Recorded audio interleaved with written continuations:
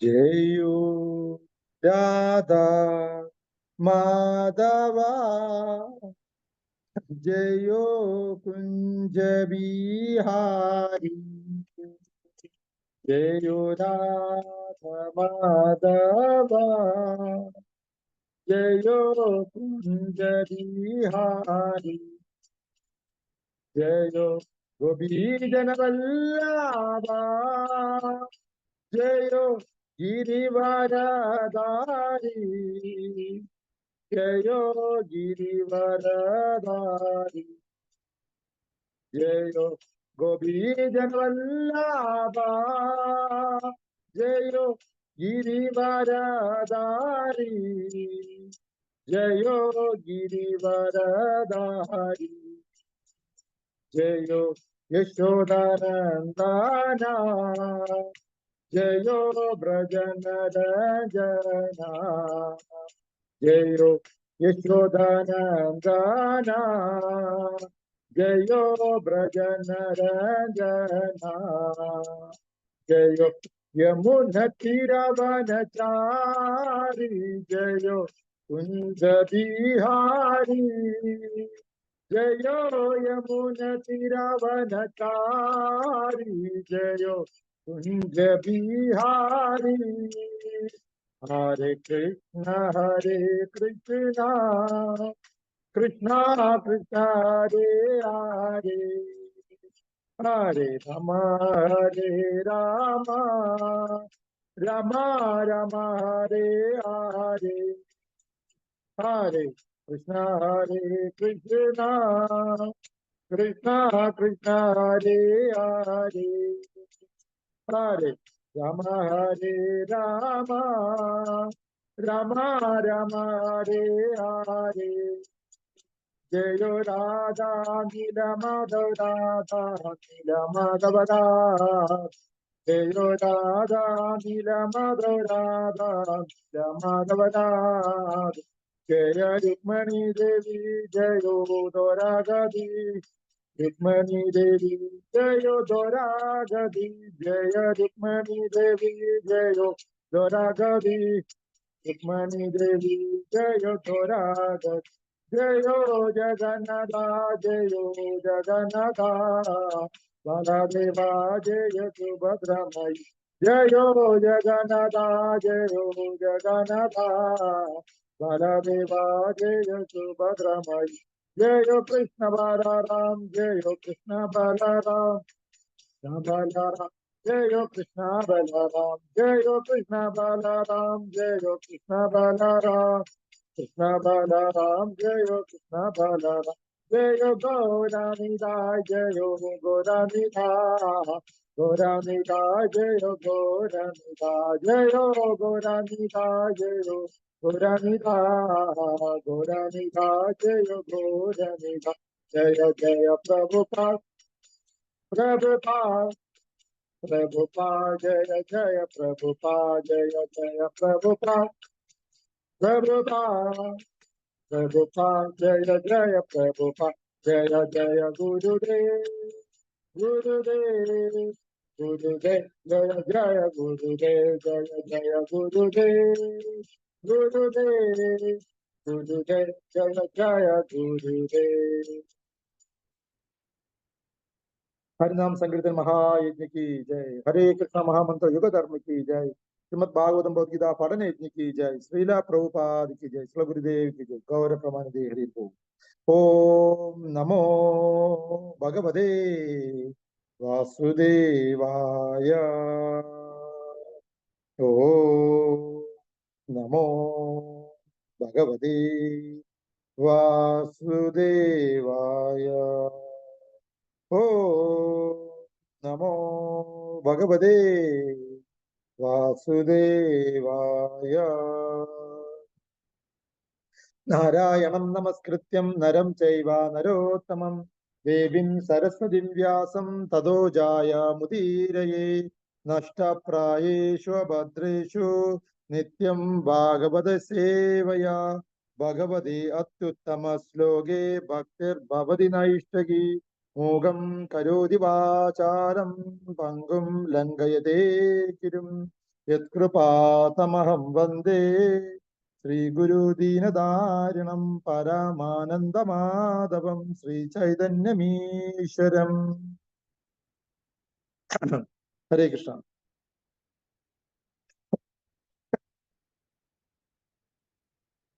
ഹരേ കൃഷ്ണ.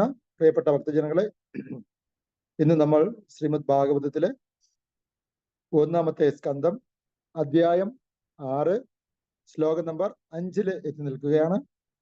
ഇന്നത്തെ ശ്രീമദ് ഭാഗവതം ക്ലാസ്സിലേക്ക് എല്ലാവരെയും സ്വാഗതം ചെയ്യും. നാരദ വാച ഭിക്ഷുഭിർ വിപ്രവാസിതേ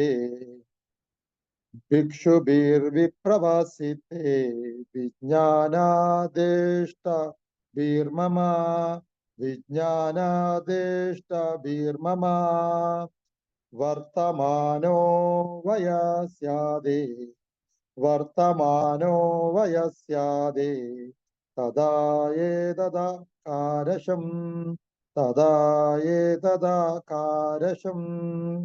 നാരദ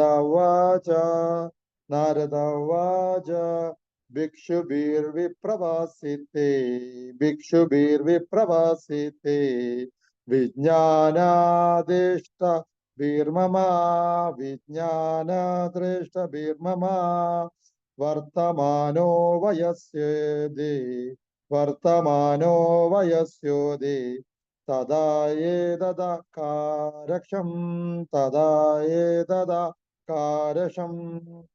നാരദ ഉവാച ഭിക്ഷുഭിർവിപ്രവാസിതേ വിജ്ഞാനാദേഷ്ടഭിർമമ വർത്തമാനോ വയസാദേ തദായേതദാകാരശം നാരദ ഉവാച ഭിക്ഷുഭിർവിപ്രവാസിതേ വിജ്ഞാനാദേഷ്ടഭിർമമ വർത്തമാനോ വയസ്യാദേ തദായേതദാകാരശം. നാരദ ഉവാച, ശ്രീ നാരദൻ അരുളി ചെയ്തു, ഭിക്ഷുഭിഹി ശ്രേഷ്ഠ സന്യാസിമാരാൽ, വിപ്രവസിത്തെ ഇതര സ്ഥലങ്ങളിൽ പ്രയാണം ആരംഭിച്ചു, വിജ്ഞാന ശാസ്ത്രീയമായ ആത്മീയ ജ്ഞാനം, അതേഷ്ടിബി എനിക്ക് പകർന്നു നൽകിയവർക്ക്, മമ എന്റെ, വർത്തമാന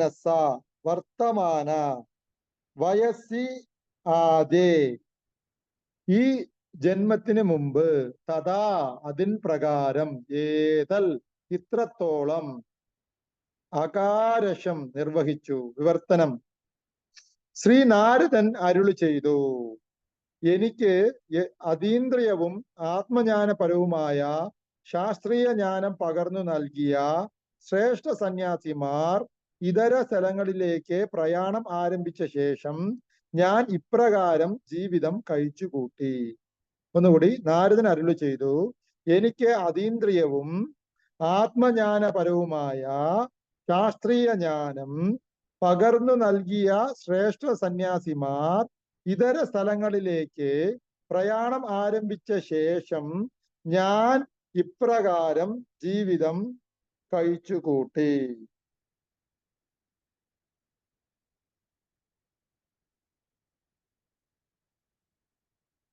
ഭാവാർത്ഥം എ.സി. ഭക്തിവേദാന്ത സ്വാമി ശ്രീല പ്രഭുപാദ് കി ജയ്. പൂർവജന്മത്തിൽ ശ്രേഷ്ഠ സന്യാസിമാരുടെ കൃപയാൽ ആത്മീയ ജ്ഞാനത്താൽ ശ്രീ നാരദൻ പൂരിതനായപ്പോൾ 5 വയസ്സ് മാത്രം പ്രായമുള്ള ബാലനായിരുന്നിട്ടും അദ്ദേഹത്തിന്റെ ജീവിതത്തിൽ സ്ഫുടമായ മാറ്റമുണ്ടായി. ഉത്തമ വിശ്വാസയോഗ്യനായ യഥാർത്ഥ ആത്മീയ ആചാര്യനിൽ നിന്നും ദീക്ഷ സ്വീകരിച്ച ശേഷം ദൃഷ്ടമാകുന്ന പ്രമുഖ ലക്ഷണം ആണത്. ആത്മീയ സാക്ഷാത്കാരത്തിനായി ജീവിതത്തിൽ ഉണ്ടാകുന്ന അതിശീഘ്രമായ പരിവർത്തനം ശുദ്ധഭക്തന്മാരുടെ യഥാർത്ഥ സംസർഗത്താൽ ഉണ്ടാകുന്നു. ശ്രീ നാരദമുനിയുടെ പൂർവജന്മത്തിൽ അത് എപ്രകാരമാണ് സംഭവിച്ചതെന്ന് ഈ അധ്യായത്തിൽ ഉത്തരോത്തരമായി വിശദീകരിച്ചിരിക്കുന്നു. ഓം തത് സത്. ശ്രീല പ്രഭുപാദ് കി ജയ്.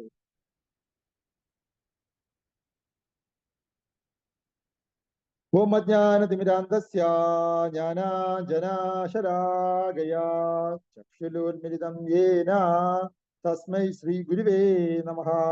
ശ്രീ ചൈതന്യ മനോഭീഷ്ടം സ്ഥാപിതം യേന ഭൂതലേ സ്വയം രൂപാ ദാമേഹ്യം ദദാതി സോപദാന്തികം വന്ദേഹം ശ്രീഗുരോ ശ്രീയുതപാദകമലം ശ്രീഗുരുൻ വൈഷ്ണവാം ച ശ്രീരൂപം സാഗ്രജാതം സഗഗണ രഘുനാനിതം ത്വം സജീവം സാദ്വൈതം സാവധൂതം പരിജന സഹിതം കൃഷ്ണ ചൈതന്യദേവം ശ്രീരാധാകൃഷ്ണപാദാൻ സഗഗന ലളിതാ ശ്രീ വിശാഹാനിതാം ച. ഹേ കൃഷ്ണ കരുണാ സിന്ധോ ദീനബന്ധോ ജഗത്പദേ ഗോപേശ ഗോപിയ കാന്ത രാധാ കാന്ത നമസ്തുതേ. സപ്തകാഞ്ചന ഗൗരാംഗീ രാധേ വൃന്ദാവനേശ്വരി വൃഷഭാനുസുതേ ദേവി പ്രണമാമി ഹരിപ്രിയേ. നമോ മഹാവദന്യായ കൃഷ്ണ പ്രേമ പ്രദായതേ കൃഷ്ണായ കൃഷ്ണ ചൈതന്യ നാമേ ഗൗരിഷേ നമഃ. നമോ ബ്രാഹ്മണ ദേവായ ഗോ ബ്രാഹ്മണ ഹിതായ ച ജഗദ്ഗിതായ കൃഷ്ണായ ഗോവിന്ദായ നമോ നമഃ. വാഞ്ചാകൽപതരൂപേച്ഛ കൃപാ സിന്ധുഭേവ ച പതിതാനാം പാവനേഭോ വൈഷ്ണവേഭോ നമോ നമഃ. ജയ ശ്രീകൃഷ്ണ ചൈതന്യ പ്രഭോ നിത്യാനന്ദ ശ്രീ അദ്വൈത ഗദാധര ശ്രീവാസാദി ഗൗര ഭക്തവൃന്ദ. ഹരേ കൃഷ്ണ കൃഷ്ണ കൃഷ്ണ ഹരേ ഹരേ ഹരേ രാമ രാമ രാമ ഹരേ ഹരേ. നമ ഓം ശ്രീകൃഷ്ണ പ്രസാദിതേ ശ്രീമതി മഹാവിഷ്ണു ഗോസ്വാമി നാമിനെ നമാമി മൂർധന്യ ചരണാരവിന്ദേ ശ്രീ ഭാഗവത സമേതേ പ്രചാരണേ ലോകധാരണേ ശ്രീല മഹാവിഷ്ണു ഗോസ്വാമി നാമിനെ നമ ഓം കൃഷ്ണ പൃഷ്ഠായ ശ്രീമതി ഭക്തി വേദാന്ത സ്വാമി നാമിനെ നമസ്തേ സരസ്വതി ദേവി ഗൗരവാണി പ്രചാരണേ നിർവിശേഷ ശൂന്യവാദി പാശ്ചാത്യ ദേശധാരണേ. ജയ ശ്രീകൃഷ്ണ ചൈതന്യ പ്രഭോ നിത്യാനന്ദ ശ്രീ അദ്വൈത ഗദാധര ശ്രീവാസാദി ഗൗര ഭക്തവൃന്ദ. ഹരേ കൃഷ്ണ കൃഷ്ണ കൃഷ്ണ ഹരേ ഹരേ ഹരേ രാമ രാമ ഹരേ ഹരേ. ഹരേ കൃഷ്ണ. പ്രിയപ്പെട്ട ഭക്തജനങ്ങളെ, കേൾക്കാമല്ലോ അല്ലേ? കേൾക്കാം. കൃഷ്ണകൃപയാൽ ഇന്ന് നമ്മൾ ശ്രീമദ് ഭാഗവതത്തിലെ നാരദരും വ്യാസദേവനും മധ്യയുള്ള സംഭാഷണം എന്നുള്ള ശ്രീമദ് ഭാഗവതത്തിലെ 1-ാമത്തെ സ്കന്ധത്തിലെ 6-ാം അധ്യായത്തിൽ 5-ാമത്തെ ശ്ലോകമാണ് നമ്മൾ ചർച്ച ചെയ്യപ്പെടുന്നത്. ഇന്നത്തെ ശ്ലോകം പ്രതിപാദിക്കുന്നത് നാരദരാണ്. ആ ശ്ലോകം ഞാൻ പറയാം, നിങ്ങൾ ശ്രദ്ധിച്ചു കേൾക്കുക. ഭിക്ഷുബീർ വിപ്രവാസീതേ വിജ്ഞാനാദോഷ്ടബീർമമ വർത്തമാനോ വയാസാദേ ഏതായേതാകാരക്ഷം. ഇതേ ശ്ലോകമായിട്ട് കണക്ട് ചെയ്ത് 2 ശ്ലോകം മുമ്പ്, അതായത് കറക്റ്റായിട്ട് പറയുകയാണെങ്കിൽ 6-ാമത്തെ അധ്യായം 1-ാമത്തെ സ്കന്ധത്തില് 2-ാമത്തെ ശ്ലോകം ഇതുമായിട്ട് കണക്ട് ചെയ്തുള്ള അതേ ശ്ലോകത്തിന് പോലെ സിമിലർ ആയിട്ടുള്ള ഒരു ശ്ലോകം കാണപ്പെടുന്നു. പക്ഷെ അത് പറഞ്ഞിരിക്കുന്നത് വ്യാസദേവനാണ്. ആ ശ്ലോകം ഞാൻ വായിക്കാം. 1:6-2. ശ്രീ വ്യാസവാച ഭിക്ഷുഭിർ വിപ്രവാസീതേ വിജ്ഞാനാദോഷ്ടഭീത്സവാ വർത്തമാനോ വയസ്യാദേ തഥാ കീമാ കരോത് ഭവാൻ. ആ ശ്ലോകം ഈ ശ്ലോകം തമ്മിൽ ചെറിയ ഒരു വ്യത്യാസം മാത്രമേ ഉള്ളൂ. രണ്ടും ഒരേപോലത്തെ ശ്ലോകമാണ്. ഒന്ന് നാരദൻ പറയുന്നു, ഒന്ന് വ്യാസൻ പറയുന്നു എന്നേ ഉള്ളൂ. അപ്പൊ വ്യാസൻ ചോദിച്ച ആ ചോദ്യം എന്താണെന്ന് നോക്കാം. വ്യാസദേവൻ ചോദിച്ചു, പൂർവജന്മത്തിൽ താങ്കൾക്ക് ശാസ്ത്രീയമായ അതീന്ദ്രിയ ജ്ഞാനം ഉപദേശിച്ച ശ്രേഷ്ഠരായ ഋഷിവര്യന്മാരുടെ പ്രയാണത്തിന് ശേഷം താങ്കൾ എന്തു ചെയ്തു? ഒന്നുകൂടി ആ ശ്ലോകത്തിന്റെ അർത്ഥം ഇതാണ്. ശ്രീ വ്യാസദേവൻ ചോദിക്കുകയാണ്, ശിഷ്യൻ ചോദിക്കുകയാണ്, പൂർവജന്മത്തിൽ നാരദരെ, ഗുരുദേവ, താങ്കൾക്ക് ശാസ്ത്രീയമായ അതീന്ദ്രിയ ജ്ഞാനം ഉപദേശിച്ച ശ്രേഷ്ഠരായ ഋഷിവര്യന്മാരുടെ പ്രയാണത്തിന് ശേഷം താങ്കൾ എന്തു ചെയ്തു? ഇതാണ് ചോദ്യം. അതായത് അതിന്റെ പർപ്പട്ടും കൂടെ ഞാൻ വായിക്കാം. വ്യാസദേവൻ ശ്രീ നാരദമുനിയുടെ ശിഷ്യനാണ്. ആകയാൽ ആത്മീയ ആചാര്യനിൽ നിന്ന് ദീക്ഷ സ്വീകരിച്ച ശേഷം ശ്രീ നാരദൻ എന്തു ചെയ്തു എന്ന് ശ്രവിക്കാൻ ഉത്സുകനായത് സ്വാഭാവികമായ കാര്യമാണ്. അത് പരിപൂർണ ആത്മസാക്ഷാത്കാര ജീവിതം പ്രാപ്തമാക്കാനായി ശ്രീ വ്യാസദേവൻ ശ്രീ നാരദന്റെ കാലടികളെ പിന്തുടരാൻ അഭിലഷിച്ചു. ആത്മീയ ആചാര്യനിൽ നിന്നും അന്വേഷിച്ചറിയാനുള്ള ആഗ്രഹം അത്യന്താപേക്ഷിതമാണ്. ഈ പ്രക്രിയ ശാസ്ത്രീയമായി സദ്ധർമ്മ പ്രച്ഛ എന്ന് വിശേഷിപ്പിക്കുന്നു. അപ്പോ ആത്മീയ ഗുരു അദ്ദേഹത്തിന്റെ ആത്മീയ ഗുരുവിൽ നിന്നും ദീക്ഷ സ്വീകരിച്ചതിന് ശേഷം എന്തു ചെയ്തു എന്ന് ശിഷ്യൻ ചോദിച്ചറിയുകയാണ്. അത് അറിഞ്ഞാലുള്ള ഗുണം എന്താ? അതേപോലെ ശിഷ്യൻ ഫോളോ ചെയ്താൽ മതിയല്ലോ. അപ്പൊ അതുകൊണ്ട് ആ ചോദ്യം ചോദിക്കുകയാണ്, നാരദരെ, അങ്ങയുടെ ഗുരുനാഥനിൽ നിന്ന് ദീക്ഷ സ്വീകരിച്ചതിന് ശേഷം താങ്കൾ പൂർവ്വജന്മത്തിൽ എന്തൊക്കെ ചെയ്തു എന്ന് ചോദിക്കുക. അപ്പൊ ആ ശ്ലോകവും നമ്മുടെ ഇന്നത്തെ ചർച്ചാ വിഷയമായ ശ്ലോകവും സിമിലർ ആണ്, ഒരേ ശ്ലോകമാണ്. പക്ഷെ എന്തു ചെയ്തു എന്ന് വ്യാസദേവൻ ചോദിക്കുമ്പോ എങ്ങനെ ഞാൻ ചെയ്തു എന്ന് ഞാൻ പറയാം എന്ന് പറഞ്ഞ് അദ്ദേഹത്തിന്റെ കഥ അദ്ദേഹം പറഞ്ഞു തുടങ്ങുകയാണ്. അപ്പൊ രണ്ടും കണക്റ്റഡ് ആയിട്ടുള്ള ഒരേ ചോദ്യവും ഒരേ ചോദ്യത്തിന് അതേ നാണയത്തിൽ തന്നെയുള്ള ഉത്തരവും ശിഷ്യന് ഗുരു പറഞ്ഞു കൊടുക്കുന്നതുമായിട്ടുള്ള രണ്ട് ശ്ലോകവും വായിച്ചു നോക്കുമ്പോൾ ചെറിയൊരു വ്യത്യാസമേ ഉള്ളൂ. രണ്ടും സിമിലർ ആയിട്ട് തന്നെ നമുക്ക് ഫീൽ ചെയ്യും. ചോദ്യം രണ്ടും ഒന്ന് ചോദ്യവും ഒന്ന് ഉത്തരം, ആ ചോദ്യത്തിന് ഉത്തരം പറഞ്ഞു പോവുകയുമാണ്. ഒന്നുകൂടെ വായിക്കാം. ശ്രീ വ്യാസദേവൻ ചോദിച്ചു, പൂർവ്വജന്മത്തിൽ താങ്കൾക്ക് ശാസ്ത്രീയമായ അതീന്ദ്രജ്ഞാനം ഉപദേശിച്ച ശ്രേഷ്ഠ ഋഷീവരന്മാരുടെ പ്രയാണത്തിന് ശേഷം താങ്കൾ എന്തു ചെയ്തു? അതാണ് 1:6:2. 1:6:5 അതേ ചോദ്യത്തിന് അതേ ഉത്തരം പറഞ്ഞു തുടങ്ങുകയാണ്. ആ ചോദ്യത്തിന്റെ ഭാഗങ്ങളും കൂടെ ചേർത്ത് അതിന് ഉത്തരം ഞാൻ പറയാം എന്ന് പറഞ്ഞ് നാരദൻ ആൻസർ പറയുന്നു. അതിങ്ങനെയാണ്. ശ്രീ നാരദൻ അരുളി ചെയ്തു, എനിക്ക് അതീന്ദ്രിയവും ആത്മസാക്ഷാത്കാരപരവുമായ ശാസ്ത്രീയ ജ്ഞാനം പകർന്നു നൽകിയ ശ്രേഷ്ഠ സന്യാസിമാർ ഇതര സ്ഥലത്തിലേക്ക് പ്രയാണം ആരംഭിച്ച ശേഷം ഞാൻ ഇപ്രകാരം ജീവിതം കഴിച്ചു കൂട്ടി എന്ന് തുടങ്ങുക. അപ്പോ ഇത് ഒരു ഇനിഷ്യേഷൻ കിട്ടിയതിന് ശേഷം ഒരു ശിഷ്യൻ എന്തൊക്കെ ചെയ്യണം എന്നതിലേക്കാണ് വിരൽ ചൂണ്ടുന്നത്. അപ്പൊ ഇതിനെക്കുറിച്ച് ശ്രീല പ്രഭുപാദിന്റെ ഒരു ശിഷ്യൻ ഒരു പുസ്തകം എഴുതിയിട്ടുണ്ട്. നാരദ മഹർഷിയും വ്യാസദേവനും തമ്മിലുള്ള സംഭാഷണത്തിലൂടെ ഉണ്ടായ പരിവർത്തനം. ഒരു ശിഷ്യന് ഒരു ഗുരുവിൽ നിന്നും യഥാവിധം കുറച്ച് അസോസിയേഷൻ കിട്ടിക്കഴിഞ്ഞാൽ, ഒരു ബോണഫൈഡ് ഗുരുവിൽ നിന്നും ഒരു അസോസിയേഷൻ കിട്ടിക്കഴിഞ്ഞാൽ ഒരു ശിഷ്യന് അല്ലെങ്കിൽ ഒരു ജീവാത്മാവിന് ഉണ്ടാകുന്ന പരിവർത്തനത്തിനെ കുറിച്ച് മാത്രം ഡിസ്ക്രൈബ് ചെയ്തുകൊണ്ട് ശ്രീല പ്രഭുപാദന്റെ ഒരു ശിഷ്യൻ ഒരു പുസ്തകം എഴുതിയിട്ടുണ്ടെന്നാണ് പറയുന്നത്. ആ പുസ്തകത്തിന്റെ പേര് വാട്ട് ഹാപ്പൻസ് ആഫ്റ്റർ ഇനിഷ്യേഷൻ എന്നാണ്. ആ പുസ്തകത്തിന്റെ പേര് വാട്ട് ഹാപ്പൻസ് ആഫ്റ്റർ ഇനിഷ്യേഷൻ എന്നാണ് പറയുന്നത്. അപ്പൊ ആ പുസ്തകത്തില് ബേസിക്കലി 1:6:5 ആകുന്ന ഇന്നത്തെ ശ്ലോകത്തിനെ കുറിച്ചുള്ള വിവരണങ്ങളാണ് പൊതുവെ പറഞ്ഞിരിക്കുന്നത്. അപ്പൊ അതിൽ ഈ രണ്ട് ശ്ലോകത്തിനെയും കമ്പയർ ചെയ്യുന്നു. ചോദ്യവും ഉത്തരവും ഒരേ ചോദ്യം 1:6:2 വ്യാസദേവൻ ചോദിക്കുന്നു, അതിന് ഉത്തരം അതേ ശ്ലോകത്തിന്റെ സിമിലർ വാചകങ്ങളോടുകൂടി അതിന് ആൻസർ അദ്ദേഹത്തിന്റെ ഗുരുവായ നാരദ മഹർഷി പറയും. ഈ രണ്ടിലും പ്രധാനമായിട്ടുള്ള ഒരു പോയിന്റ് നമ്മൾ എടുത്ത് മനസ്സിലാക്കേണ്ടതാണ്. ഒന്ന്, ശാസ്ത്രീയ ജ്ഞാനം, ആത്മജ്ഞാനപരവുമായ ശാസ്ത്രീയ ജ്ഞാനം, ശാസ്ത്രീയമായ അതീന്ദ്രിയ ജ്ഞാനം എന്നുള്ള ഈ വാക്ക് രണ്ട് ശ്ലോകങ്ങളിലും നമുക്ക് കോമൺ ആയിട്ട് വായിക്കാൻ പറ്റും. ഈ അതീന്ദ്രിയമായ ആത്മസാക്ഷാത്കാരമായ ഈ അതീന്ദ്രിയ ജ്ഞാനം താങ്കൾക്ക് കിട്ടിയതിന് ശേഷം താങ്കൾ എന്ത് ചെയ്തു എന്നുള്ളതാണ് ചോദ്യം. അപ്പൊ ഈ അതീന്ദ്രിയ ശ്രേഷ്ഠ ജ്ഞാനം നമുക്ക് കിട്ടുന്നത് ബോണഫൈഡ് ശരിയായ ആധ്യാത്മിക ഗുരുവിൽ നിന്നാണ് കിട്ടുന്നത്. അപ്പൊ അതിനുശേഷമുള്ള നമ്മുടെ പരിവർത്തനം എന്ത് എന്നതിനെ കുറിച്ചുള്ള ചർച്ചയാണ് ഇവിടെ നടക്കുന്നത്. ഒരു ദീക്ഷ സ്വീകരിച്ചതിന് ശേഷം എന്തൊക്കെ മാറ്റങ്ങൾ നമുക്ക് ഉണ്ടാകാം എന്നുള്ളതാണ് ചോദ്യം. അപ്പോ അതിന് ആൻസർ വേദവ്യാസനോട് ഗുരുനാഥൻ പറയുകയാണ്. അപ്പൊ ഇതുമായിട്ട് ബന്ധപ്പെട്ട് ഞാൻ ചൈതന്യ ചരിതാമൃതത്തിലെ 24 മധ്യലീല 266 അതിലെ പർപ്പട്ടിൽ ശിലപ്രഭാത് പറയുന്ന ഒരു കുറച്ച് ഭാഗങ്ങൾ ഞാൻ ഇവിടെ വായിക്കാം. അതിന്റെ അർത്ഥം കൂടെ നമുക്ക് വായിക്കാം. Initiation is the process that fills devotee with transcendental knowledge. Initiation അല്ലെങ്കിൽ ഗുരുവിൽ നിന്ന് ദീക്ഷ എന്ന് പറയുന്ന ഒരു പ്രോസസ്, അതൊരു പ്രോസസ്സാണ്. ഒരേ ഒരു ദിവസം മാത്രം നടക്കുന്ന ഒരു സംഭവമല്ല, അത് അന്ന് മുതൽ തുടങ്ങുന്ന ഒരു സംഭവമാണ്. ആ ഒരു തുടക്കത്തിന് ശേഷം അത് ഡിവോട്ടിയുടെ ഹൃദയത്തിൽ ആധ്യാത്മിക ശാസ്ത്രീയ ജ്ഞാനം ഇത് സംഭരിക്കപ്പെടും. Frees from the sinful reaction, അതിനോടുകൂടി അദ്ദേഹത്തിന് പാപപ്രവർത്തനങ്ങളിൽ നിന്നും മുക്തി ഉണ്ടാകും. And blesses them with mantras that bring them closer to the spiritual master and Krishna. അതിനോട് ഉപദേശിക്കപ്പെട്ട മന്ത്രത്തിന്റെ ശക്തിയാൽ ആ ശിഷ്യൻ ഗുരുവിനോടും കൃഷ്ണനിലോടും കൂടുതൽ അടുക്കും. അതേപോലെ initiation is not just one time ceremonial act. അതേപോലെ ദീക്ഷ എന്ന് പറയുന്നത് ഒരേ ഒരു സമയത്ത് മാത്രം നടക്കുന്ന ഒരു ഒരു ചടങ്ങ് മാത്രമല്ല.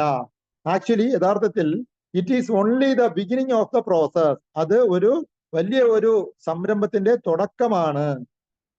Therefore, Srila Prabhupada uses the phrase the process of initiation. അതുകൊണ്ട് Srila Prabhupada initiation എന്ന് പറയുമ്പോൾ അവിടെയെല്ലാം the process of initiation, ദീക്ഷയാകുന്ന നടപടിക്രമങ്ങൾ എന്നാണ് പറയുന്നത്. അല്ലാതെ ദീക്ഷ എന്ന് മാത്രം പറഞ്ഞു നിർത്തുന്നില്ല. അത് തുടങ്ങി കണ്ടിന്യൂ ചെയ്യുന്ന ഒരു പ്രോസസ്സാണ്.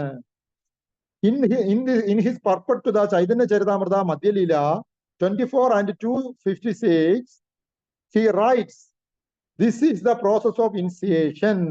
അതുകൊണ്ട് ശ്രീ ചൈതന്യ ചരിതാമൃത മധ്യലീല 24-256 ശ്രീല പ്രഭുപാദർ ഭാവാർത്ഥത്തിൽ എഴുതിപ്പെട്ടിരിക്കുന്നു, ദീക്ഷ എന്ന് പറയുന്നത് ഒരു തുടർ പ്രവർത്തനമാണ് എന്ന് പറയുന്നു. The disciple must know that he will not longer commit sinful activity. അതിൽ ശിഷ്യന്റെ ഭാഗത്ത് നിന്നും ഒരു സ്റ്റെപ്പ് ഉണ്ടാവേണ്ടത് എന്തെന്നാൽ, ശിഷ്യൻ ഉറപ്പായിട്ട് ഒരു ദൃഢപ്രതിജ്ഞ ചെയ്യണം. എന്തെന്നാൽ, ഇനി മുതൽ ഞാൻ ഒരു പാപപ്രവർത്തനവും ചെയ്യത്തില്ല എന്നൊരു ദൃഢപ്രതിജ്ഞ ശിഷ്യന്റെ ഭാഗത്ത് നിന്നും ഉണ്ടാകേണ്ടതുണ്ട്. Namely illicit sex, meat eating, gambling and intoxication. പ്രധാനമായും പറയുകയാണെങ്കിൽ അവിഹിതമായ ലൈംഗിക ബന്ധം, മത്സ്യമാംസാദി ഭക്ഷണം, ചൂത് കളി, അതേപോലെ തന്നെ ലഹരി പദാർത്ഥ സേവ, ഇവ പാടെ ഉപേക്ഷിക്കും എന്ന് ശിഷ്യൻ ഒരു ദൃഢപ്രതിജ്ഞ ദീക്ഷാ സമയത്ത് എടുക്കേണ്ടതാണ്. He promises to execute the order of spiritual master. ആ ദീക്ഷാ സെർമണിയുടെ ആ സമയത്ത് ശിഷ്യൻ എന്ത് തന്നെ ഗുരു നൽകുന്ന നിർദ്ദേശവും ശിരസ വഹിച്ച് നടപ്പിലാക്കിക്കൊള്ളാം എന്ന് ഒരു ശപഥം എടുക്കേണ്ടതാണ്. Then the spiritual master takes care of him. അങ്ങനെ എടുക്കുന്ന പക്ഷം സ്പിരിച്വൽ മാസ്റ്റർ അദ്ദേഹത്തിന്റെ എല്ലാ കാര്യങ്ങളും ഏറ്റെടുക്കുന്നതാണ്. And elevates him to the spiritual emancipation. അതോടുകൂടി ആ ഒരു ഉത്തരവാദിത്വം ഗുരുനാഥൻ ഏറ്റെടുക്കുകയും അദ്ദേഹത്തിന് ഭൗതിക ലോകത്തിൽ നിന്നും ആധ്യാത്മ ലോകത്തിലേക്ക് കൊണ്ടുപോകാനുള്ള ഉത്തരവാദിത്യം ഗുരു ഏറ്റെടുക്കുകയും ചെയ്യപ്പെടുമെന്ന് ആ ഒരു ഭാവാർത്ഥത്തിൽ ശ്രീല പ്രഭുപാദർ പറഞ്ഞിട്ടുണ്ട്. അതിന്റെ സെക്കൻഡ് ലൈഫ് പർപ്പട്ടിൽ ആ ഭാവാർത്ഥത്തിലെ രണ്ടാമത്തെ ലൈൻ പറഞ്ഞിരിക്കുന്നത്, this is an important symptom visible after initiation by the bona fide spiritual master.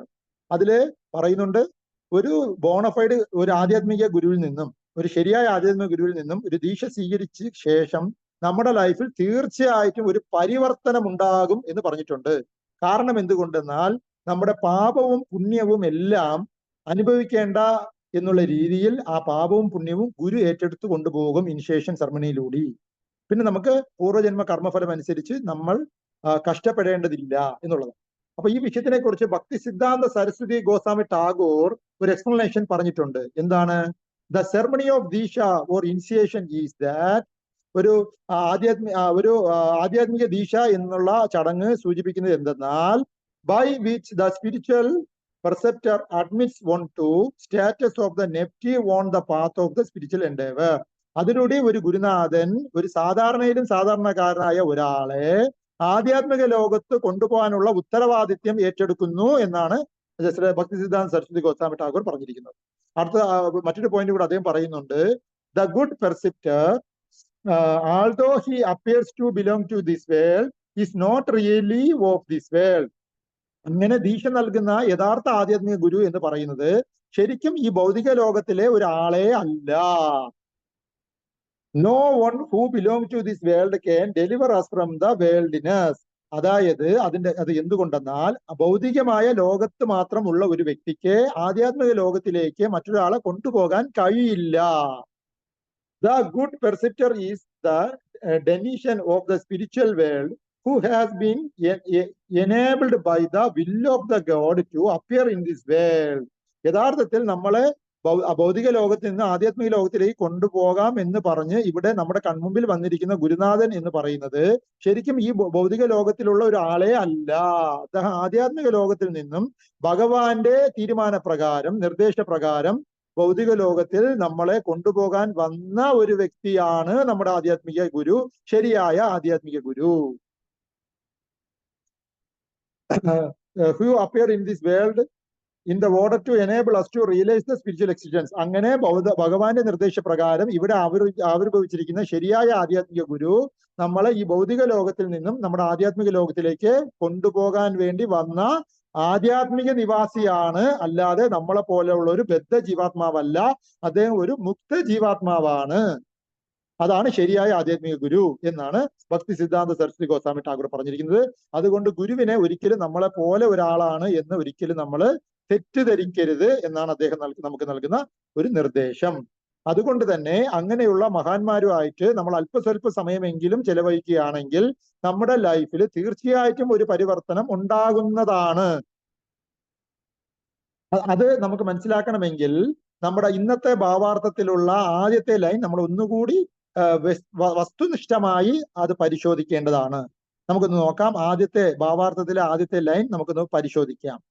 പൂർവജന്മത്തിൽ, ഭാവാർത്ഥം വായിക്കുകയാണ് ഞാൻ. ആദ്യത്തെ ലൈൻ: പൂർവജന്മത്തിൽ ശ്രേഷ്ഠ സന്യാസിമാരുടെ കൃപയാൽ ആധ്യാത്മിക ജ്ഞാനത്താൽ ശ്രീ നാരദൻ പൂരിതനായപ്പോൾ 5 വയസ്സു മാത്രം പ്രായമുള്ള ബാലനായിരുന്നിട്ടും അദ്ദേഹത്തിന്റെ ജീവിതത്തിൽ സ്പഷ്ടമായ മാറ്റമുണ്ടായി. ഇതാണ് ഒരു ശരിയായ ആധ്യാത്മിക ഗുരുവിനെ കൂടെ നമ്മൾ അല്പസ്വല്പം സമയം ചെലവാക്കുകയാണെങ്കിൽ നമ്മുടെ ലൈഫിൽ ഒരു പരിവർത്തനം ഉണ്ടാകും എന്നുള്ളത് 100% ഉറപ്പുള്ള കാര്യമാണ്. കാരണം ഇവിടെ 5 വയസ്സ് മാത്രമേ നാരദനെ അന്ന് അദ്ദേഹത്തിന്റെ ഗുരുക്കന്മാരെ കൂടെ അസോസിയേറ്റ് ചെയ്യുമ്പോൾ പ്രായം ഉണ്ടായിരുന്നിട്ട് കൂടി അദ്ദേഹത്തിന് ആ പരിവർത്തനം ഉണ്ടായി എന്ന് പറയുന്നു. അപ്പൊ ഈ ലൈനിനെ നമുക്ക് 5ആയി തിരിക്കാം. ഈ 5 പോയിന്റ്സ് ആണ് ഈ ലൈനിൽ പറഞ്ഞിരിക്കുന്നത്. എന്താണ്? ഒന്ന്, ഇൻ ഹിസ് പ്രീവിയസ് ലൈഫ്, പൂർവജന്മത്തിൽ നാരദനുണ്ടായ വിഷയങ്ങളാണ് ഈ അസോസിയേഷൻ ഓഫ് ദ ശരിയായ ആധ്യാത്മിക ഗുരു എന്ന് പറയുന്നത്. അപ്പൊ പൂർവജന്മത്തിൽ ഉണ്ടായതിന്റെ ഗുണം നമുക്ക് കിട്ടും എന്നുള്ളതിന്റെ തെളിവാണത്. ഒന്ന്, പൂർവജന്മത്തിൽ എന്നുള്ള വാക്കിൽ പറഞ്ഞിരിക്കുന്നു, ഇൻ ഹിസ് പ്രീവിയസ് ലൈഫ്. രണ്ടാമത്തെ point, when Naradaji was impregnated with the spiritual knowledge. അതായത് impregnated with the spiritual knowledge, ഇതിന്റെ ഭാവാർത്ഥത്തിൽ പറഞ്ഞിരിക്കുന്ന പ്രഭുപാദിന്റെ വാക്ക് ആധ്യാത്മിക ജ്ഞാനം നിവേശിപ്പിച്ചു എന്നുള്ള വാക്കാണ്. പൂരിതനായി എന്നാണ് ഇംപ്രഗ്നേറ്റഡ് വാക്കായിട്ട് പറഞ്ഞിരിക്കുന്നത്. അപ്പോ ഇംപ്രഗ്നേറ്റ് എന്ന് പറയുമ്പോൾ പ്രഗ്നന്റ് ആവുക, ഒരു പുരുഷനിൽ നിന്ന് ഒരു സ്ത്രീ പ്രഗ്നന്റ് ആയാൽ സ്വാഭാവികമായിട്ടും വയറ്റിനകത്തുള്ള ഭ്രൂണം സ്വാഭാവികമായിട്ടും നാച്ചുറലായിട്ട് അത് വലുതാവാൻ തുടങ്ങും. അപ്പോ ഇംപ്രഗ്നേറ്റഡിന്റെ വാക്കിന്റെ അർത്ഥമായിട്ട് ഡിക്ഷണറിയിൽ പറഞ്ഞിരിക്കുന്നത് ഇങ്ങനെയാണ്. അതായത് make A woman or female animal pregnant. അതാണ് ഇംപ്രഗ്നേറ്റഡിന്റെ വാക്കിന്റെ അർത്ഥം. ഒരു സ്ത്രീയുടെ വയറ്റിൽ ഒരു ഭ്രൂണം സ്ഥാപിതമായി കഴിഞ്ഞാൽ സ്വാഭാവികമായിട്ട് ആ ഭ്രൂണം വളരുക തന്നെ ചെയ്യും എന്നതുപോലെ നാരദ മഹർഷിക്ക് അദ്ദേഹത്തിന്റെ ആധ്യാത്മിക ഗുരുവിൽ നിന്നും കിട്ടിയ ഈ സ്വല്പമായ ഈ ആധ്യാത്മിക ജ്ഞാനത്തിന്റെ ബീജം അത് സ്വാഭാവികമായിട്ടും ആ ജന്മത്തിൽ മാത്രമല്ല നെക്സ്റ്റ് ജന്മത്തിലും നാരദന് പരിവർത്തനത്തിലേക്ക് ഉതകുന്ന രീതിയിലുള്ളതായി മാറി എന്നാണ് അതിന്. അപ്പൊ Narada Maharshi was impregnated with the spiritual knowledge in his previous life. അദ്ദേഹത്തിന്റെ പൂർവ്വജന്മത്തിൽ സ്ഥാപിതമായ ഈ ആധ്യാത്മിക ജ്ഞാനത്തിന്റെ ഭ്രൂണം വലുതാവാൻ തുടങ്ങി. മൂന്നാമത്തെ പോയിന്റ് ആയിട്ട് ആ പർപ്പറ്റിൽ നമുക്ക് വായിക്കാൻ പറ്റുന്നത്, ആ ലൈനിൽ വായിക്കാൻ പറ്റുന്നത്, by the grace of the great sages. അതായത് അങ്ങനെ കിട്ടുന്ന ആധ്യാത്മിക ജ്ഞാനം നമുക്ക് മോഷ്ടിച്ചെടുക്കാൻ പറ്റത്തില്ല, ഏകലവൻ സ്റ്റൈലിൽ മോഷ്ടിച്ചെടുക്കാൻ പറ്റത്തില്ല. അത് അവര് അറിഞ്ഞു തരണം. ആധ്യാത്മിക ജ്ഞാനം അത് യഥാർത്ഥ ആധ്യാത്മിക ഗുരു കൃപയോടുകൂടി നമുക്ക് ചൊരിഞ്ഞു തരണം. അപ്പൊ ആധ്യാത്മിക ജ്ഞാനം അനുഗ്രഹത്തോടു കൂടി ഗുരുവിൽ നിന്നും ശിഷ്യന് കിട്ടണം. അങ്ങനെ നാരദന് കിട്ടി. അങ്ങനെ കിട്ടിയപ്പോഴാണ് അദ്ദേഹത്തിന് പരിപൂർണ പരിവർത്തനം അദ്ദേഹത്തിന്റെ ലൈഫിലുണ്ടായത്. അപ്പോ by the grace of the great sages, ആധ്യാത്മിക ഗുരുക്കന്മാരുടെ കൃപ കൊണ്ട് നമുക്ക് കിട്ടുന്നതായിരിക്കണം. there was a tangible change in his life. അതോടുകൂടി അദ്ദേഹത്തിന്റെ ജീവിതത്തിൽ അത്ഭുതകരമായ പരിവർത്തനമുണ്ടായി. അങ്ങനെ ശരിയായ ആധ്യാത്മിക ഗുരുവിന്റെ ലവമാത്ര സാധുസംഘ, ചെറിയ ഒരു മാത്ര എന്ന് പറയുമ്പോൾ വളരെ ചെറിയ ഒരു സമയമാണ്. ആ ചെറിയ ഒരു സമയം കൊണ്ട് തന്നെ ആധ്യാത്മിക ഗുരുവിൽ നിന്നും നമുക്ക് ഒരു അസോസിയേഷൻ കിട്ടിയാൽ നമുക്ക് മാറ്റമുണ്ടാവും. ഇവിടെ അസോസിയേഷൻ മാത്രമല്ല കിട്ടിയത്, ഇനിഷ്യേഷനും കിട്ടിയിരിക്കുകയാണ്. അപ്പൊ വലിയ പരിവർത്തനം തീർച്ചയായിട്ടും ആധ്യാത്മിക ഗുരുവിന്റെ നിന്നും കിട്ടിയ ആ ഒരു സംഘം കൊണ്ട് നാരദനിൽ പരിവർത്തനം ഉണ്ടായി എന്ന് മനസ്സിലാക്കണം. there was a tangible change. അങ്ങനെ ഉണ്ടാകുന്ന ചേഞ്ച് നമ്മൾ അത്ഭുതപ്പെടുത്തുന്ന ചേഞ്ച് ആണ്. ചൈതന്യ ചരിതാമൃതത്തിൽ പറഞ്ഞിരിക്കുന്നു,